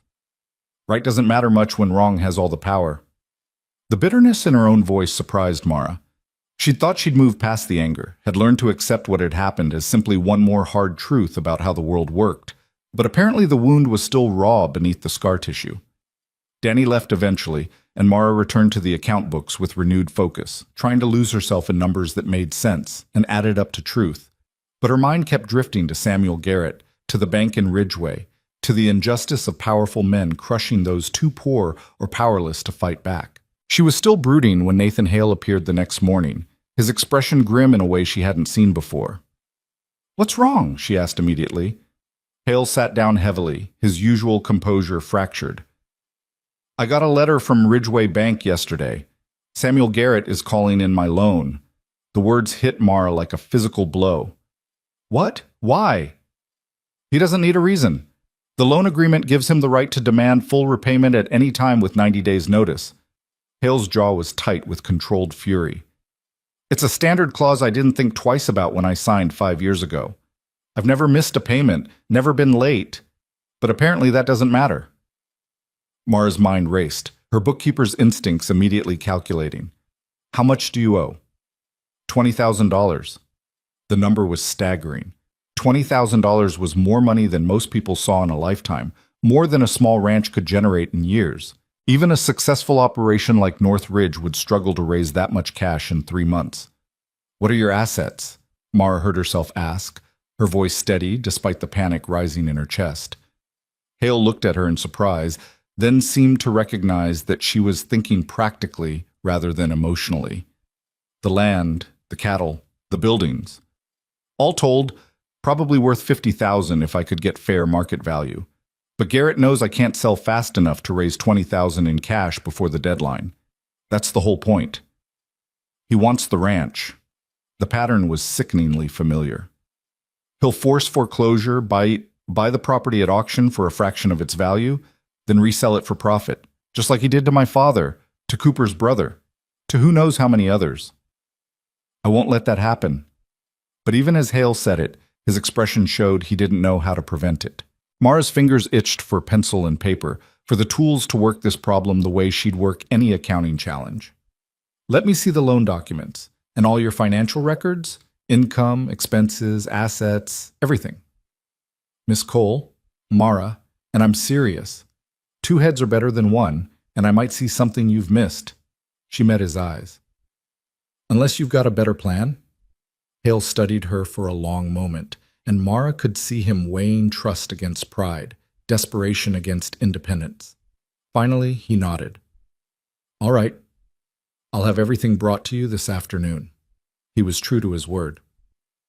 By evening, Mara's room had been transformed into a makeshift office, every available surface covered with ledgers, contracts, tally sheets, and financial documents.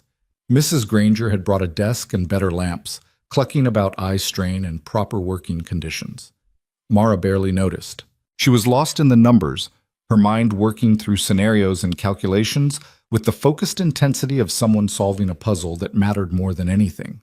The loan agreement was damning in its simplicity. Garrett had structured it to look generous, reasonable interest rates, flexible payment terms, while including that one devastating clause about callable repayment. It was legal, technically fair, and completely predatory. A trap disguised as opportunity. Northridge's finances were solid, but not liquid.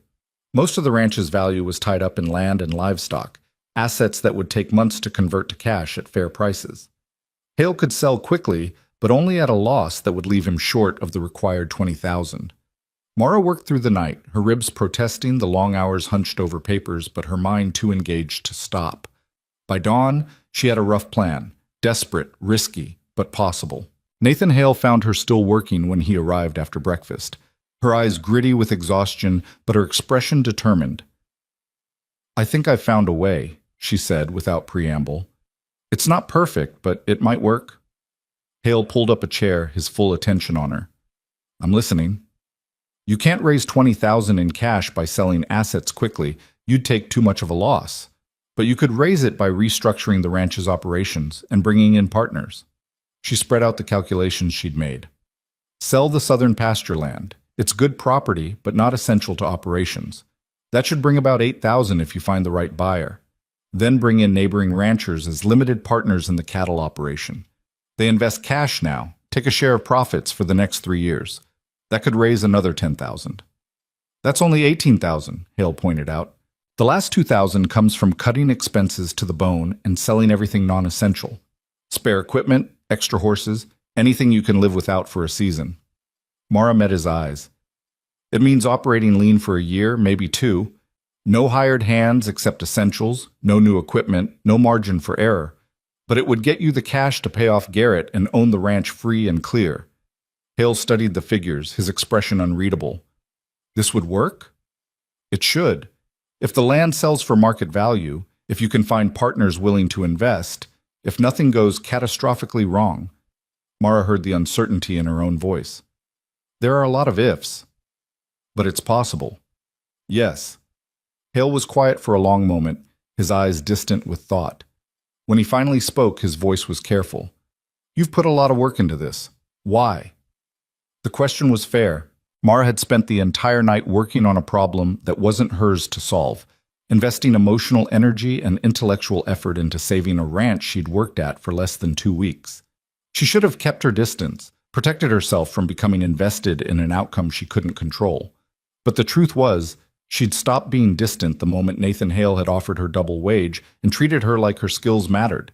She'd become invested when Tom Wardell had acknowledged her worth and Cooper had shared his grief. She'd started caring when this place had felt, for the first time in 3 years, like somewhere she might actually belong. Because Garrett took everything from my father, she said quietly, and I'll be damned if I watch him do it to someone else without fighting back. Something shifted in Hale's expression. Understanding, maybe, or shared purpose. Then let's fight back. Show me how to make this work. They spent the next 3 days planning every detail. Mara's ribs still ached, but the pain was background noise compared to the urgency of the work. She drafted sales proposals for the southern pasture, wrote partnership agreements for the neighboring ranchers, created detailed budgets that showed exactly where every dollar would come from and go. Nathan Hale proved to be a quick student and an active partner in the planning. He knew his neighbors, knew who might be interested in investing and who had cash available. He had ideas about which assets were truly necessary and which could be sold without crippling operations. Together, they refined Mara's initial plan into something that felt achievable rather than merely desperate. Tom Wardell was brought into the planning on the 4th day, his weathered face grim as he learned about Garrett's move. But when Hale explained the plan, Mara's plan, the foreman's expression shifted to something like respect. It could work, he said slowly. It'll be tight, and we'll all be working double duty with a smaller crew, but it could work. He looked at Mara. You came up with this? Miss Cole did most of the heavy lifting, Hale confirmed. I'm just trying to keep up.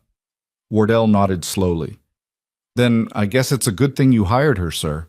Real good thing. The comment was small, almost casual, but it represented a shift that Mara recognized. She wasn't just being tolerated anymore. She was being valued, respected, seen as essential rather than expendable.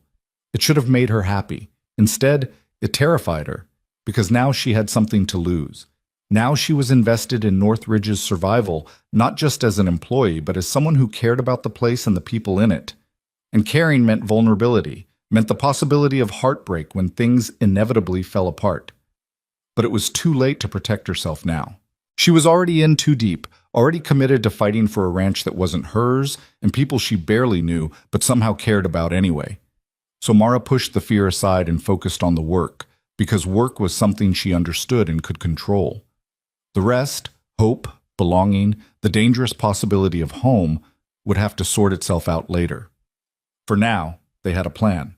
And if it worked, they'd save Northridge from Samuel Garrett's predatory grasp. And if it failed, well. Mara had survived loss before. She'd survive it again. But this time, she wouldn't go down without a fight. The first test of their plan came 2 days later when Nathan Hale rode out to meet with William Brennan, whose ranch bordered Northridge to the east. Mara had wanted to go with him, but Doc Morrison had finally cleared her to walk around the house and nothing more. So she waited in her makeshift office, pacing despite the protest from her healing ribs, until she heard hoofbeats in the yard just after sunset. Hale appeared in her doorway, looking exhausted, but grimly satisfied. He's in. $5,000 for a 20% stake in cattle profits over 3 years. Mara felt tension she hadn't realized she was carrying release from her shoulders. That's more than we projected. Brennan hates Garrett as much as anyone. Lost some grazing rights to him 4 years back in a dispute that somehow always got decided in the bank's favor. Hale dropped into the chair across from her desk. He said if investing in Northridge means standing up to Garrett's monopoly, he's happy to pay premium for the privilege. How many more do we need? At least 2, maybe 3, depending on how much they can put in. Hale rubbed his face, and Mara could see the strain of the past week wearing on him. I'm meeting with the Johnsons tomorrow, then the Chen family the day after. The Chens? Mara looked up sharply, thinking of Mrs. Chen at the boarding house. Different family. They run sheep on the Western Hills. Good people, though some of the cattlemen won't work with them because of old prejudices about sheep versus cattle. Hale's tone made clear what he thought of those prejudices.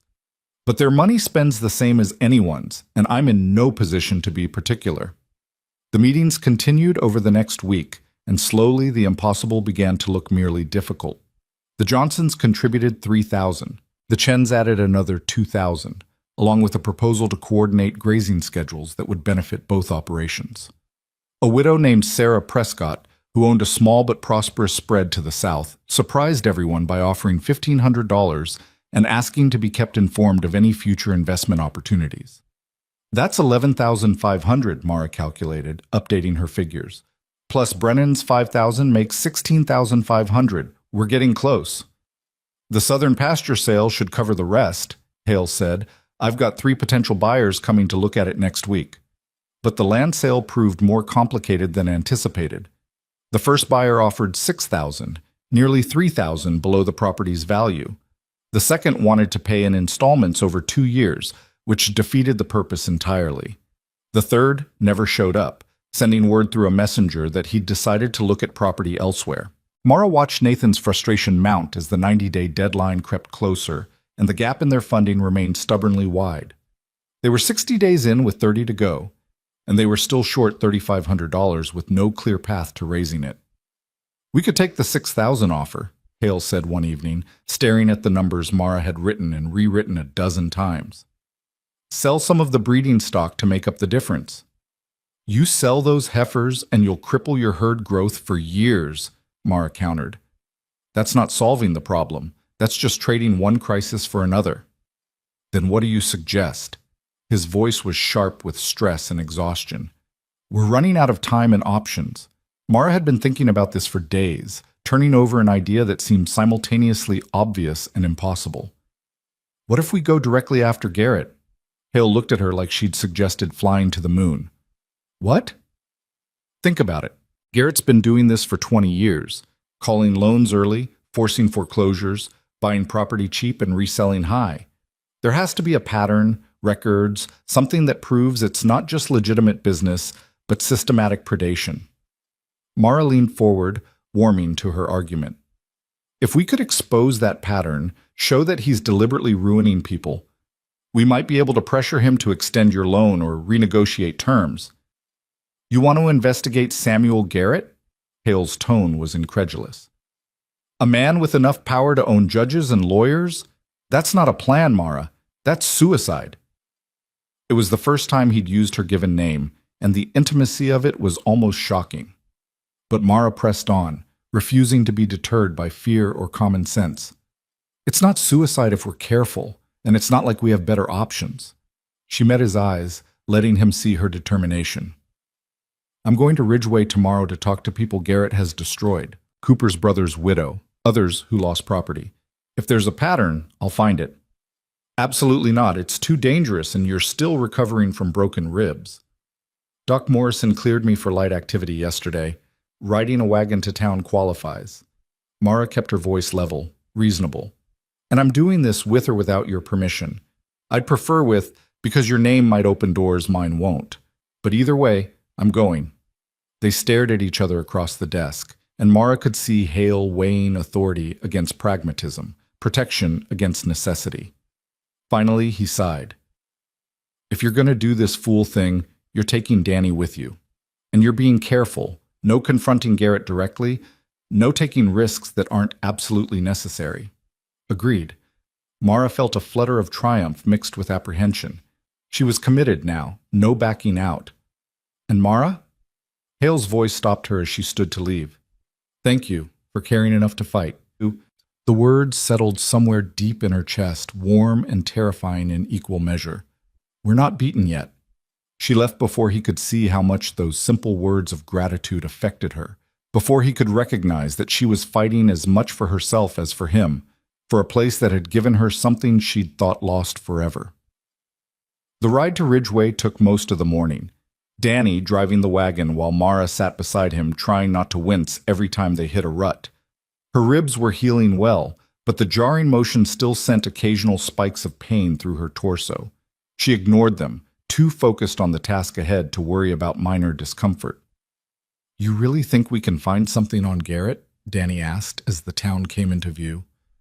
I think powerful men get careless when they're used to winning, and careless men leave trails.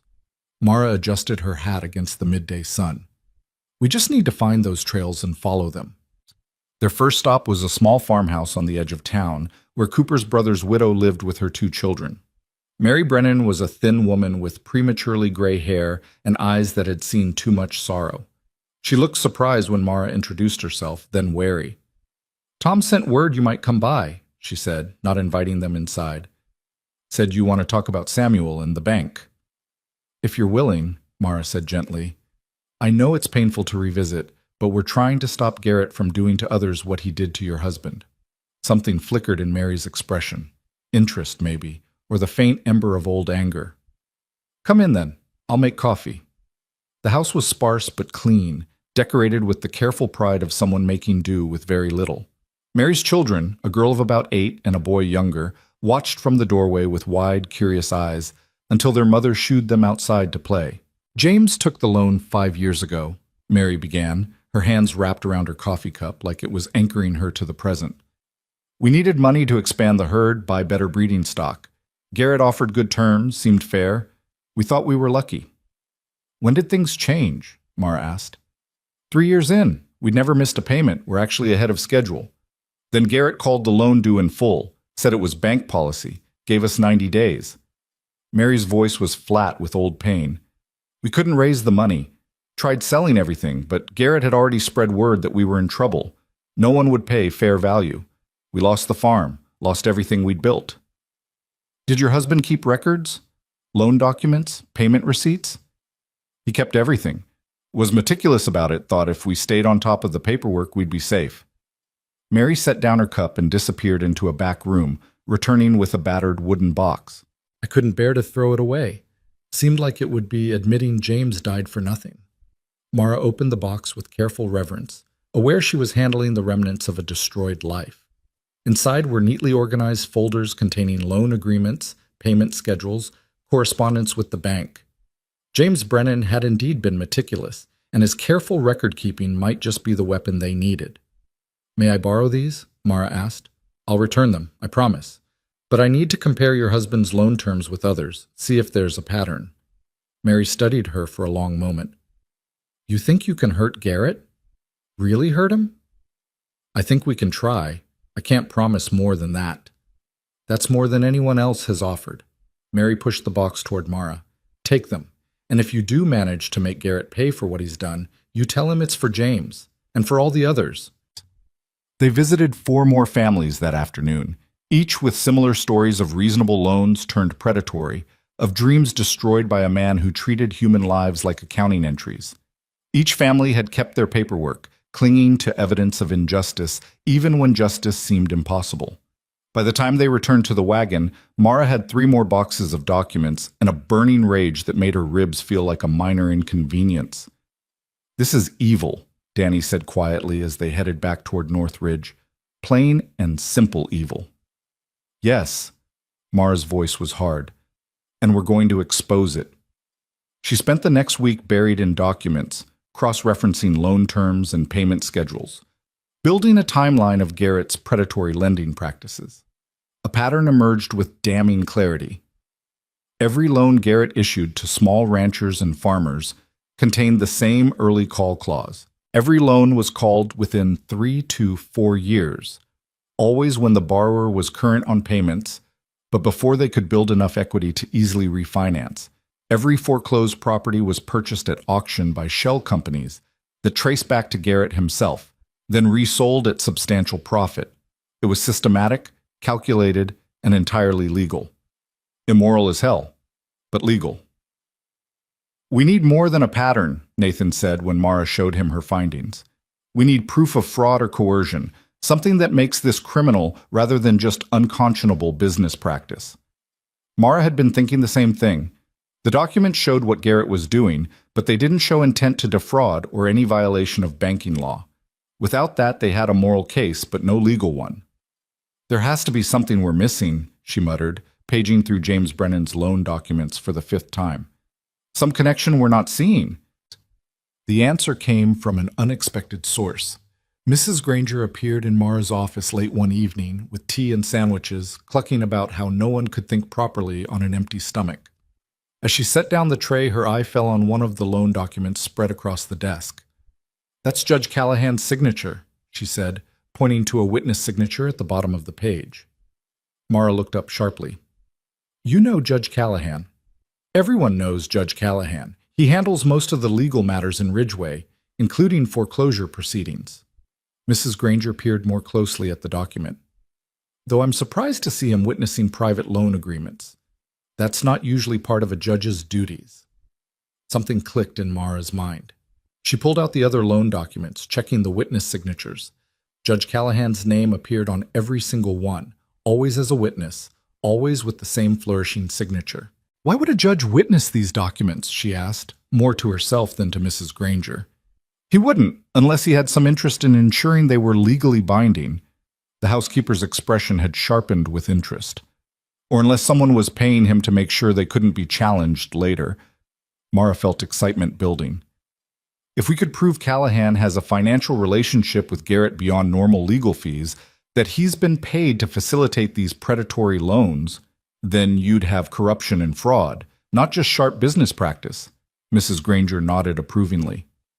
"Smart girl, but proving that kind of connection won't be easy." "No," Mara agreed, "but it's possible, and possible is all we need." The next day, she sent Danny into Ridgeway with a list of questions and the names of people who might have answers. Who handled Garrett's legal work? Did Callahan have business dealings with the bank beyond his role as judge? Were there any rumors of improper relationships between the two men? Danny returned that evening with more than rumors. He brought testimony from a former bank clerk who'd been fired 2 years ago for questioning some of Garrett's practices. The man, a nervous fellow named Peter Walsh, had agreed to meet with Mara after Danny assured him his identity would be protected. Walsh arrived at North Ridge after dark, his eyes darting nervously as Mrs. Granger showed him into Mara's office. He refused to sit, instead pacing the small space like a caged animal. "I shouldn't be here," he said. "If Garrett finds out I talked to you—" "He won't," Mara assured him. "We're being careful. Please, Mr. Walsh, tell me what you know about Judge Callahan and Samuel Garrett." Walsh took a shaky breath. "Callahan owns shares in the bank. Not many, maybe 5%, but enough to profit when the bank profits. And the bank profits most from foreclosures. Buying property cheap, reselling high, taking commission on both ends. Can you prove this? Are there records? The bank's annual reports list major shareholders. Callahan's name is there, buried in the legal disclosures that no one ever reads." Walsh finally sat, his hands trembling. "I found it when I was doing routine filing 2 years ago. Started noticing how Callahan always ruled in Garrett's favor in foreclosure cases, how he always witnessed the loan documents that gave Garrett the most power. When I asked about it, I was told to mind my own business. When I kept asking, I was fired." Mara felt pieces clicking into place. A judge who profits from foreclosures ruling on foreclosure cases. That's conflict of interest at minimum, possibly corruption. "It's worse than that," Walsh said quietly. "I kept copies of some documents before I was fired. Correspondence between Garrett and Callahan, discussing specific properties they wanted to acquire, planning which loans to call when. They were coordinating the whole thing." "You have these documents?" Walsh reached into his coat and pulled out a worn envelope. "I've been carrying them for 2 years, waiting for someone to care enough to do something about it." "I guess you're that someone." Mara took the envelope with hands that wanted to shake. Inside were letters, bank memos, legal documents that painted a clear picture of conspiracy between a banker and a judge to systematically defraud property owners. It was everything they needed and more. "Mr. Walsh, you may have just saved Northridge Ranch," she said. "Then maybe James Brennan's death will mean something after all." Walsh stood to leave. "But be careful, Miss Cole. Garrett's not a man who takes losing well, and he's got more power than you might think." After Walsh left, Mara sat alone with the documents, her mind racing through implications and possibilities. They had proof of corruption now, evidence that could destroy Garrett's reputation and possibly send him to prison. But using that evidence would mean going up against a man who controlled judges, lawyers, and substantial financial resources. It would be dangerous. It could fail. And even if it succeeded, Garrett might find ways to retaliate that they hadn't anticipated. But the alternative was watching Nathan lose North Ridge the same way her father had lost their ranch, the same way James Brennan and countless others had lost everything they'd built. Mara had stood by and watched once before, too young and ignorant to fight back. She wouldn't make that mistake again. Nathan Hale's reaction to the documents was carefully controlled fury. He read through Walsh's evidence twice, his jaw tightening with each page, before setting them down with deliberate care. "This is explosive," he said finally. "If we take this to the territorial attorney, it could bring down both Garrett and Callahan. It could also backfire spectacularly if Garrett has connections we don't know about," Mara countered. "We need to be strategic about how we use this." They sat in Hale's study late into the night, planning their approach with the careful precision of generals preparing for battle. Tom Wardell joined them, his experience and pragmatism adding weight to their strategy. Even Mrs. Granger contributed, her knowledge of Ridgway's social dynamics proving unexpectedly valuable. "We don't go to the territorial attorney first," Mara argued. "We go to Garrett directly, show him what we have, and offer a deal." "You want to negotiate with him?" Hale looked skeptical. "I want to give him a choice between the lesser of two evils. He can extend your loan indefinitely at reduced interest, or we can take this evidence to every newspaper, attorney, and government official in Oregon Territory." Mara met Hale's eyes. "Garrett's smart. He'll choose self-preservation over revenge. And if he doesn't, then we burn his empire to the ground and accept the consequences." Her voice was harder than she'd intended. "But either way, you keep North Ridge." The meeting with Samuel Garrett was scheduled for the following week at his office in Ridgway. Mara insisted on being present despite Nathan's protests about propriety and danger. In the end, she won the argument the same way she'd won most of them, by making it clear she was going regardless of permission. The day arrived cold and gray, with clouds promising rain before evening. Mara dressed carefully in her best clothes, a simple dress that Mrs. Granger had altered to fit, her hair pulled back in a severe bun that made her look older and more businesslike. She wanted Garrett to take her seriously, to see her as a threat rather than a curiosity. Nathan wore his Sunday suit, and together they made an odd but determined pair as they entered the Ridgway Bank building. The interior was all dark wood and brass fixtures, designed to intimidate with displays of wealth and permanence. A clerk directed them to the second floor, where Samuel Garrett's private office overlooked the main street. Garrett himself was a distinguished-looking man in his 50s, with silver hair and the kind of smooth confidence that came from years of unchallenged power. He stood as they entered, his smile not quite reaching his eyes. "Mr. Hale and Miss—" He paused, clearly not recognizing Mara. "Cole?" she supplied. "Mara Cole. My father was Thomas Cole." Something flickered in Garrett's expression. Recognition, perhaps, or calculation. "Ah, yes, I recall the name. A unfortunate situation, as I remember." "Unfortunate," Mara repeated, her voice flat. "That's one word for it." Garrett's smile thinned. "Please, sit. I assume this is about your loan, Mr. Hale. I'm afraid the terms are quite clear. Payment in full is due in 3 weeks, and I'm not in the habit of renegotiating settled agreements." "We're not here to beg," Nathan said, his voice level. "We're here to offer you a choice." He nodded to Mara, who placed the envelope of documents on Garrett's desk. The banker opened it with casual interest that quickly transformed into something harder as he read through Walsh's evidence. The silence stretched as Garrett finished reading and carefully returned the documents to their envelope. When he finally looked up, his expression was controlled, but his eyes held calculation. "This is very interesting," he said mildly. "Though I'm not sure what you think it proves. Business correspondence between a banker and a judge is hardly unusual. Correspondence detailing plans to manipulate foreclosures for personal profit is very unusual," Mara countered. "As is a judge who rules on cases where he has direct financial interest. The territorial attorney would find it fascinating reading." "Would they?" Garrett leaned back in his chair. "Tell me, Miss Cole, do you know who the territorial attorney is? His name is Marcus Webb. He banks with me, owes me several significant favors, and considers Judge Callahan a close personal friend." His smile was cold. "You're out of your depth, girl. Go home before you get hurt."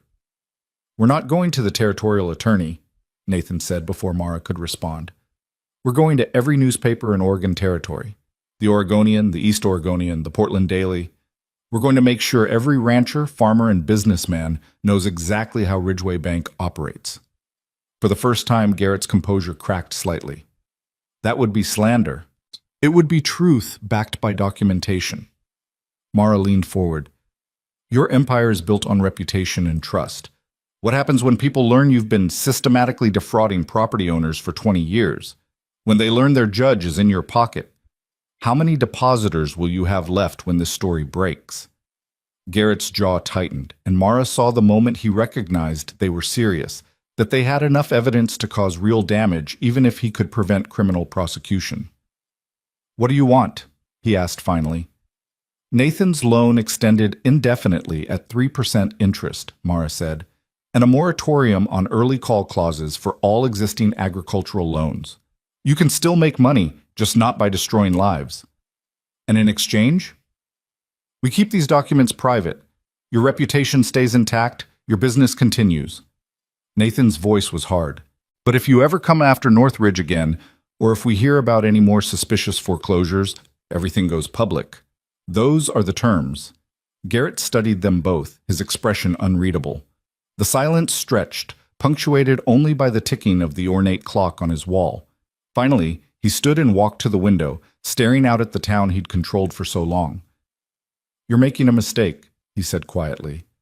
Fighting me, threatening me. I have resources you can't imagine, connections that go far beyond this territory. Maybe, Mara said, but we have the truth, and sometimes that's enough. Garrett turned to face them, and for a moment Mara saw something like respect in his cold eyes. I'll have the revised loan documents prepared by week's end, and I'll reconsider my lending policies going forward. His smile was bitter. Congratulations, Mr. Hale. It seems you've won. We've won, Nathan corrected, glancing at Mara, and we'll be watching to make sure you honor this agreement. They left Garrett's office with controlled dignity, not speaking until they were back in the wagon and heading out of town. Then Nathan let out a long, shaky breath. I can't believe that worked, he said. Neither can I, Mara admitted, feeling the tension of the past weeks finally beginning to release. But it did. Northridge is safe. Because of you. Nathan pulled the wagon to a stop and turned to face her fully. You saved my ranch, Mara. Risked yourself, worked yourself half to death, faced down a man who destroyed your family. I can never repay that. You already did, Mara said quietly. You gave me a chance when no one else would. Treated me like I mattered, like my skills were worth something. That's payment enough. It's not nearly enough. Nathan's voice was rough with emotion. But I'll spend whatever time I have making sure you know how much you're valued here. Not just as an employee, but as someone who belongs. The word hit Mara square in the chest. Belonging. The thing she'd stopped believing possible. The dream she'd buried 3 years ago along with her father and her childhood home. I'd like that, she whispered. They rode back to Northridge in comfortable silence, the afternoon sun breaking through clouds to paint the valley in shades of gold. Ahead, Mara could see the ranch buildings, the grazing cattle, the land that had become, against all odds and expectations, something like home. The fight wasn't over. Garrett would honor the agreement because he had to, but he wouldn't forget or forgive. There would be consequences, ripples from this confrontation that they couldn't predict or control. But for now, Northridge was safe, and Mara Cole, the orphaned daughter of a destroyed rancher, had found something she'd thought lost forever. Not just employment or security, but purpose, community, a place where her skills and courage mattered, where she was valued for who she was rather than tolerated despite it. It wasn't the ending she'd expected when she'd roped that runaway steer all those weeks ago. It was better.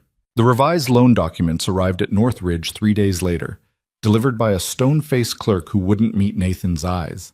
The terms were exactly as negotiated, indefinite extension at 3% interest, with a clause explicitly removing any early call provisions. It was a victory, complete and documented, but the taste of it was complicated by the knowledge of what it had cost and what it might still cost in ways they couldn't yet see. Mara was in the ranch office, now officially hers as Northridge's bookkeeper and occasional ranch hand, when Nathan brought her the papers. She read through them twice, checking every clause and condition with the thoroughness that had become her trademark. "It's legitimate," she said finally. He honored the agreement. "For now." Nathan's expression was cautious. "But men like Garrett don't forget humiliation. We'll need to stay vigilant." "We will." Mara set the documents aside and pulled out the ledger she'd been working on. "In the meantime, we've got a ranch to run and partners to keep happy. The Brennans are expecting their first profit share next month, and the numbers are tight." They fell into the comfortable rhythm of work, discussing cattle prices and feed costs and the 100 small decisions that kept a ranch functioning. It was familiar now, this partnership, the way they complemented each other's strengths and compensated for weaknesses. Nathan understood the land and livestock with the instinct of someone raised to it. Mara understood the numbers and strategy with the precision of someone who'd learned that survival depended on seeing patterns others missed. Together, they made Northridge work. The weeks that followed were busy with the ordinary demands of ranch life. Cattle needed to be moved to winter pasture. Equipment needed repair before the first snow. The crew needed managing, wages needed calculating, and the careful budget Mara had created needed constant adjustment as reality proved more complicated than projections. But there was also something new, something Mara had never experienced in her 3 years of drifting. There was stability, routine, the deep satisfaction of building something rather than just surviving day to day. Her ribs healed completely, and Doc Morrison cleared her for full work.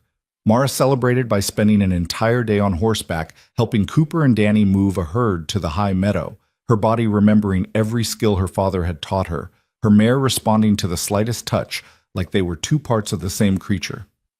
That evening, exhausted and happy in a way she'd almost forgotten was possible, Mara returned to find Nathan waiting by the barn. "Good day?" he asked. "The best." She dismounted and began unsaddling her mare, her movements automatic. "Forgot how much I missed this. The bookkeeping is good work, important work, but there's nothing quite like being on a horse with cattle to move and land stretching out as far as you can see." "I'm glad you can do both." Nathan leaned against the barn door watching her work. "Not many people have that range of skills. Fewer still want to use all of them. Seemed wasteful to choose when I could have both." Mara hefted her saddle onto its rack and turned to face him. "Besides, you were desperate enough to let me dictate terms. I took advantage. Best advantage anyone ever took of me." His smile was warm, genuine. "I've been thinking about something, and I wanted to discuss it with you before I made it official." Mara felt a flutter of nervousness. Discussions that started that way could go in any direction, and she'd learned to be wary of unexpected proposals. "All right. The partnership model we used to raise money for the loan. It worked better than I expected. The other ranchers liked having a stake in Northridge's success, and it gave us capital without taking on debt." Nathan pulled a folded paper from his pocket. "I want to expand it, formalize the arrangement into a cooperative that shares resources, coordinates grazing and water rights, negotiates better prices with buyers. Strength in numbers." It was ambitious and smart, the kind of long-term thinking that could transform how small ranchers operated. Mara's mind immediately began working through implications and logistics. "You'd need clear governance structure," she said. "Rules about decision-making, profit distribution, what happens when members disagree, and you'd need someone to manage it, keep the books, coordinate between ranches." "I'd need you to manage it," Nathan corrected. "This was your idea originally, your strategy that saved Northridge. You understand how it works better than anyone."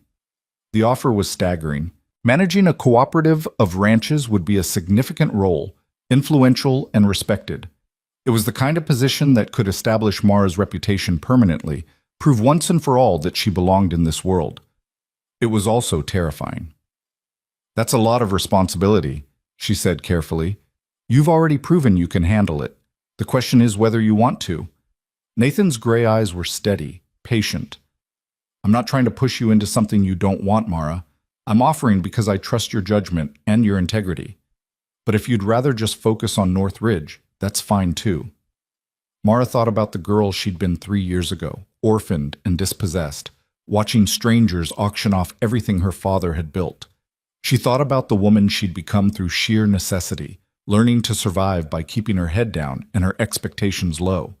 And she thought about who she might become if she stopped letting fear make her decisions. "I want to do it," she said, "but I have one condition." "Name it." "We bring in Mary Brennan as assistant manager. She's got a sharp mind and she needs steady work. Plus, she understands what we're fighting for better than most." Mara met Nathan's eyes. "This cooperative isn't just about profit. It's about making sure what happened to her husband, to my father, to all those families, it doesn't happen again. She deserves to be part of that." Nathan's smile was proud. "Done. I'll have the papers drawn up next week." They shook hands on it, the gesture formal but freighted with significance. This was more than a business arrangement. It was a statement about what kind of community they wanted to build, what values they wanted to embody. It was choosing principle over expedience, long-term flourishing over short-term gain. It was, Mara realized, exactly what her father would have wanted. The cooperative formed over the following months with surprising speed.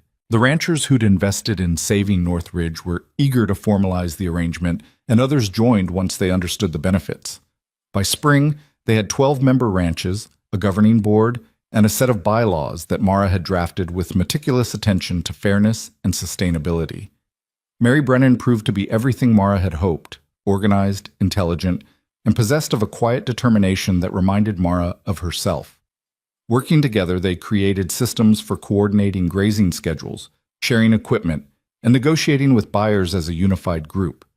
The cooperative's first cattle sale brought prices 15% higher than individual ranchers had been getting, and that success attracted more members. But the cooperative's real power became apparent when Samuel Garrett attempted to foreclose on the Chen family's ranch. The attempt was subtle, disguised as legitimate business. A minor technicality in their loan agreement, a supposed missed payment that the Chens insisted they'd made on time. Garrett claimed his record showed otherwise and demanded immediate repayment in full. It was exactly the kind of maneuver that had worked for him dozens of times before. The Chens would struggle to prove the payment, couldn't afford lawyers to fight the claim, and would lose their land to foreclosure within months. But this time was different. This time, the Chens were part of the cooperative, and the cooperative had Mara Cole. She descended on Ridgeway with the fury of someone who'd seen this play before and refused to let it happen again. Armed with the cooperative's resources and Mary Brennan's methodical research, Mara traced the Chen's payment through bank records, found the deposit receipt that Garrett claimed didn't exist, and presented it along with a formal complaint to the Territorial Banking Commission. The complaint included, almost as an afterthought, copies of the evidence they'd gathered months ago about Garrett's pattern of predatory lending, just in case the commission needed additional context about the banker's business practices. Garrett backed down within a week. The foreclosure attempt was quietly dropped, the supposed missed payment was found in the bank's records after all, and the Chens kept their ranch. Word spread fast. Within a month, 3 more ranchers joined the cooperative specifically because they wanted protection from the kind of financial predation that Garrett represented.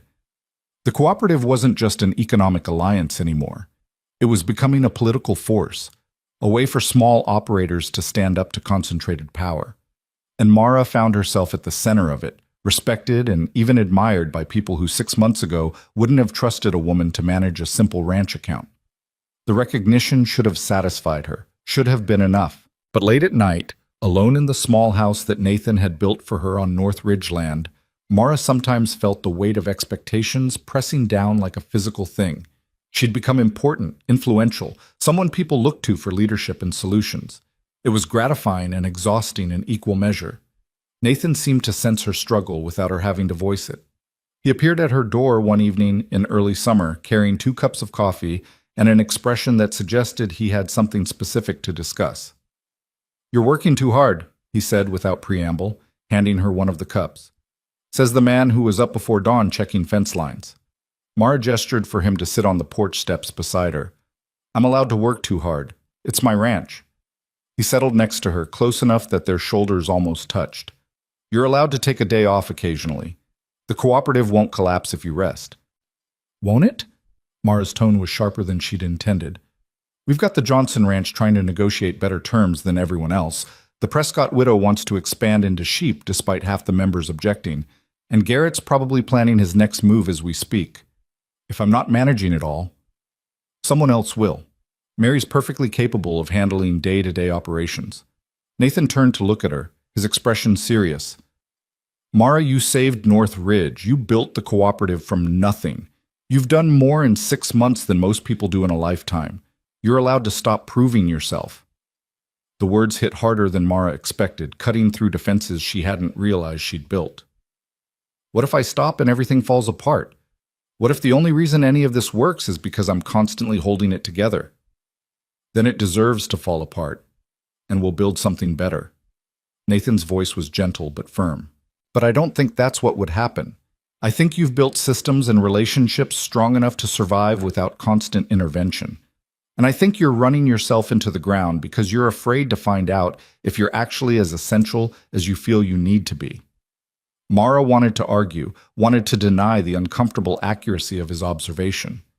But sitting on her porch in the soft evening light, exhausted and honest in a way she rarely allowed herself to be, she couldn't muster the energy for deflection.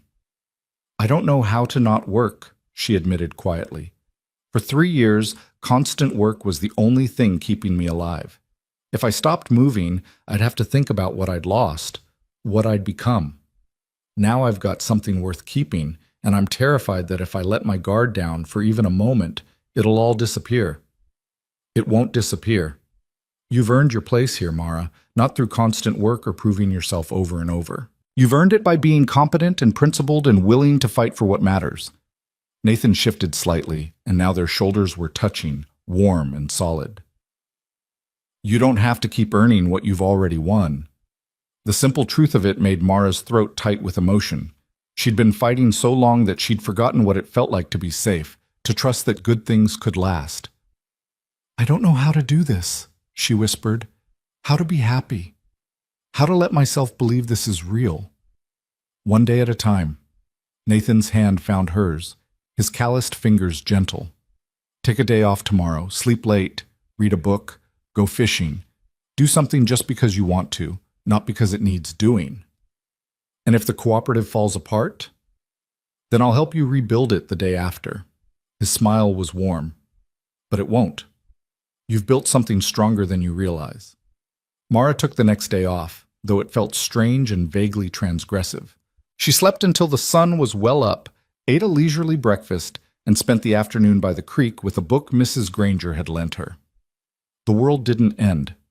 The cooperative continued functioning, and when she returned to work the following day, she felt more rested than she had in months. It became a pattern. One day a week, Mara did something for herself rather than the work. Sometimes she rode her mare just for the pleasure of it, with no destination or purpose beyond enjoying the movement and the land.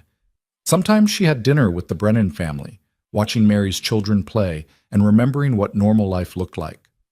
Sometimes she simply sat on her porch and watched the sun set, letting herself feel grateful for what she'd found.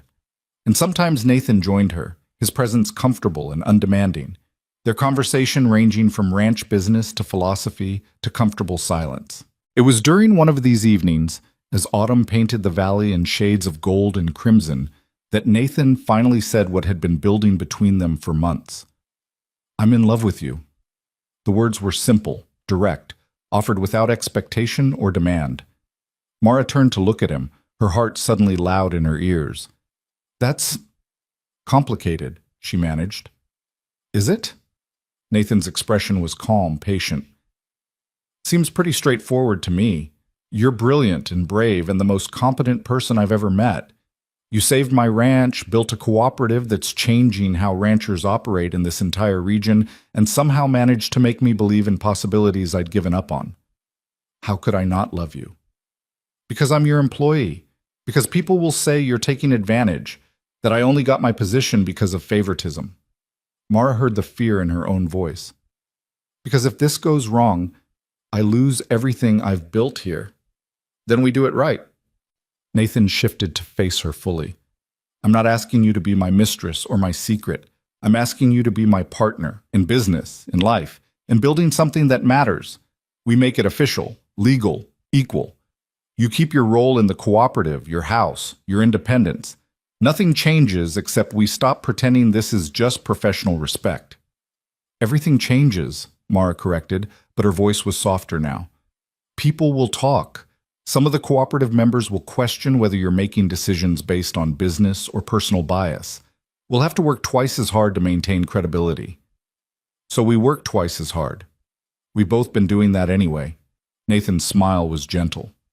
I'm not saying it'll be easy, Mara. I'm saying it'll be worth it. Mara thought about the girl who'd watched her father's ranch auctioned off, who'd learned to expect nothing from the world except hard work and harder losses. She thought about the woman who'd arrived at North Ridge expecting only temporary employment and the same old prejudices. And she thought about who she'd become in the months since, someone valued, respected, building something that mattered with people she cared about. Someone who'd learned slowly and painfully that not all trust led to betrayal. I love you too, she said quietly. I think I have for a while. It just scared me too much to admit it. And now? Now I'm still scared, but I'm tired of letting fear make my decisions. Mara took Nathan's hand, feeling the familiar calluses, the strength tempered by gentleness. So yes, partners, in everything. Nathan's kiss was soft and careful, asking rather than taking, and Mara felt something in her chest that had been locked tight for 3 years finally open. This wasn't rescue or salvation. It was partnership, freely chosen by two people who'd both learned the hard way that trust was earned and kept was precious. They were married in October, a small ceremony attended by the cooperative's members and the North Ridge crew. Mary Brennan stood up with Mara, while Tom Wardell served as Nathan's witness. Cooper gave a gruff toast about stubborn people finding each other and making the rest of them look bad. Danny grinned through the whole thing like he'd personally arranged their happiness. The cooperative members gave their blessing, though Mara insisted on a formal review of her role to ensure no one could claim favoritism. The review confirmed what everyone already knew. She was the best person for the job, married to the boss or not. Mrs. Granger cried through the ceremony and the reception, dabbing her eyes with a handkerchief and declaring that she'd known from the start they were meant for each other. Mara moved into the main house, though she kept her small house as an office where she could work without distraction. She continued managing the cooperative, now with Mary as full partner rather than assistant. They hired 2 clerks to handle routine paperwork, freeing both women to focus on strategy and growth. The cooperative expanded to 20 ranches by the following spring, its success attracting attention from across the territory. Other regions began forming similar alliances, using the model Mara had created as a template. She found herself writing articles for agricultural journals, speaking at gatherings, becoming known as someone who understood both the practical and political dimensions of cooperative organization. It was gratifying and occasionally overwhelming, but she'd learned to pace herself, to accept that she couldn't personally solve every problem. She'd learned to delegate, to trust others, to let go of the belief that everything would fall apart if she wasn't constantly vigilant. She'd learned, slowly and with Nathan's patient support, how to be happy. Samuel Garrett remained a presence in their lives, though a diminished one. The cooperative's success had eroded his power base, and the threat of exposure kept him from the most blatant, predatory practices. He still controlled the bank, still had influence, but he'd learned to be more careful. The Territorial Banking Commission had begun paying attention to complaints, and Garrett couldn't afford another investigation. It wasn't perfect justice. Mara sometimes lay awake thinking about all the families Garrett had destroyed, knowing he'd never truly pay for those crimes. But it was something. The man who'd taken her father's ranch, who'd driven James Brennan to suicide, who'd ruined countless lives in pursuit of profit, that man had been stopped, at least partially, and the people he'd tried to destroy had built something better in the ruins he'd left behind. 2 years after their wedding, on a crisp autumn morning that reminded Mara of the day she'd first arrived at North Ridge, she stood with Nathan on the porch of their home, watching the sunrise paint the valley in shades of copper and gold. Her hand rested on her stomach, where their first child grew, and Nathan's arm was warm around her shoulders. "What are you thinking?" he asked quietly. "That my father would be proud." Mara's voice was thick with emotion. He always said ranching was about building something that lasted, creating value that went beyond yourself. I think this is what he meant. You've built something remarkable, Mara, something that will outlast both of us. We've built it, she corrected. The cooperative, the ranch, this life. None of it would exist without both of us. It was true. Northridge had become more than a ranch. It was the heart of a network of family operations that supported each other, protected each other, proved that cooperation was stronger than competition. The cooperative now included 30 ranches, employed dozens of people, and had successfully blocked 3 more of Garrett's attempted foreclosures. More importantly, it had given people hope. Mary Brennan's children would grow up on their mother's ranch, learning the skills their father had died trying to preserve. The Chen family had expanded their operation, proving that sheep and cattle ranchers could work together. Small operators who'd been living season to season now had stability, security, a future. And Mara herself had gone from dispossessed orphan to respected businesswoman, from hired hand to equal partner in an enterprise that mattered. The journey hadn't been easy. There had been setbacks and struggles, times when the cooperative's survival seemed uncertain, moments when old fears threatened to overwhelm new confidence. But they'd persevered, supported by people who believed in what they were building. "Do you ever regret it?" Nathan asked. "Taking the job that day? Everything that followed?" Mara thought about the scared, angry woman who'd roped that runaway steer, who'd been so certain that Northridge would be just another temporary stop in a life of constant motion. She thought about all the moments between then and now, the broken ribs, the confrontation with Garrett, the terrifying leap into trusting that good things could last. "Not for a second," she said. "This is exactly where I'm supposed to be." Down in the valley, the ranch was coming to life. Hands were moving toward the corrals, smoke was rising from the bunkhouse stove, cattle were lowing in the distance. It was the beginning of another day, ordinary and precious in its ordinariness. Mara had spent 3 years running from loss, convinced that attachment meant vulnerability, and vulnerability meant pain. She'd learned to survive, but had forgotten how to live, had traded hope for the cold comfort of low expectations. Northridge had changed that. Nathan had changed that. The community they'd built together had proven that trust, carefully given and faithfully kept, could create something stronger than any individual effort. She thought about the child growing inside her, about the world they'd bring that child into. It wouldn't be perfect. Garrett still owned the bank, injustice still existed. The work of building a fair community was never finished. But it would be better than the world Mara had inherited. And their child would grow up knowing that ordinary people, working together with courage and principle, could challenge power and win. That legacy was worth more than all the land or money in the territory. "Come on," Nathan said, gently tugging her toward the door. "Mrs. Granger made breakfast, and you know how she gets when we're late." Mara laughed and let herself be led inside, into the warmth and light and the life they'd built together. Behind her, the sun continued its rise, spilling gold across the valley, illuminating Northridge Ranch and all the land around it. It was, she thought, the most beautiful sight she'd ever seen. Not because the land was perfect, but because it was home. Because she'd stopped running and started building, stopped surviving and started living. Because she'd learned, finally, that some rules were made to be broken, and that breaking them could lead to something far better than she'd ever dared to dream. Years later, when people asked Mara Cole Hale how she'd built the Oregon Ranchers Cooperative, how she'd gone from orphaned ranch hand to one of the most influential women in the territory, she always told the same story. She told them about a runaway steer and a rope that flew true, about a man who offered her double wage when others saw only liability, about choosing courage over fear, partnership over isolation, principle over expedience.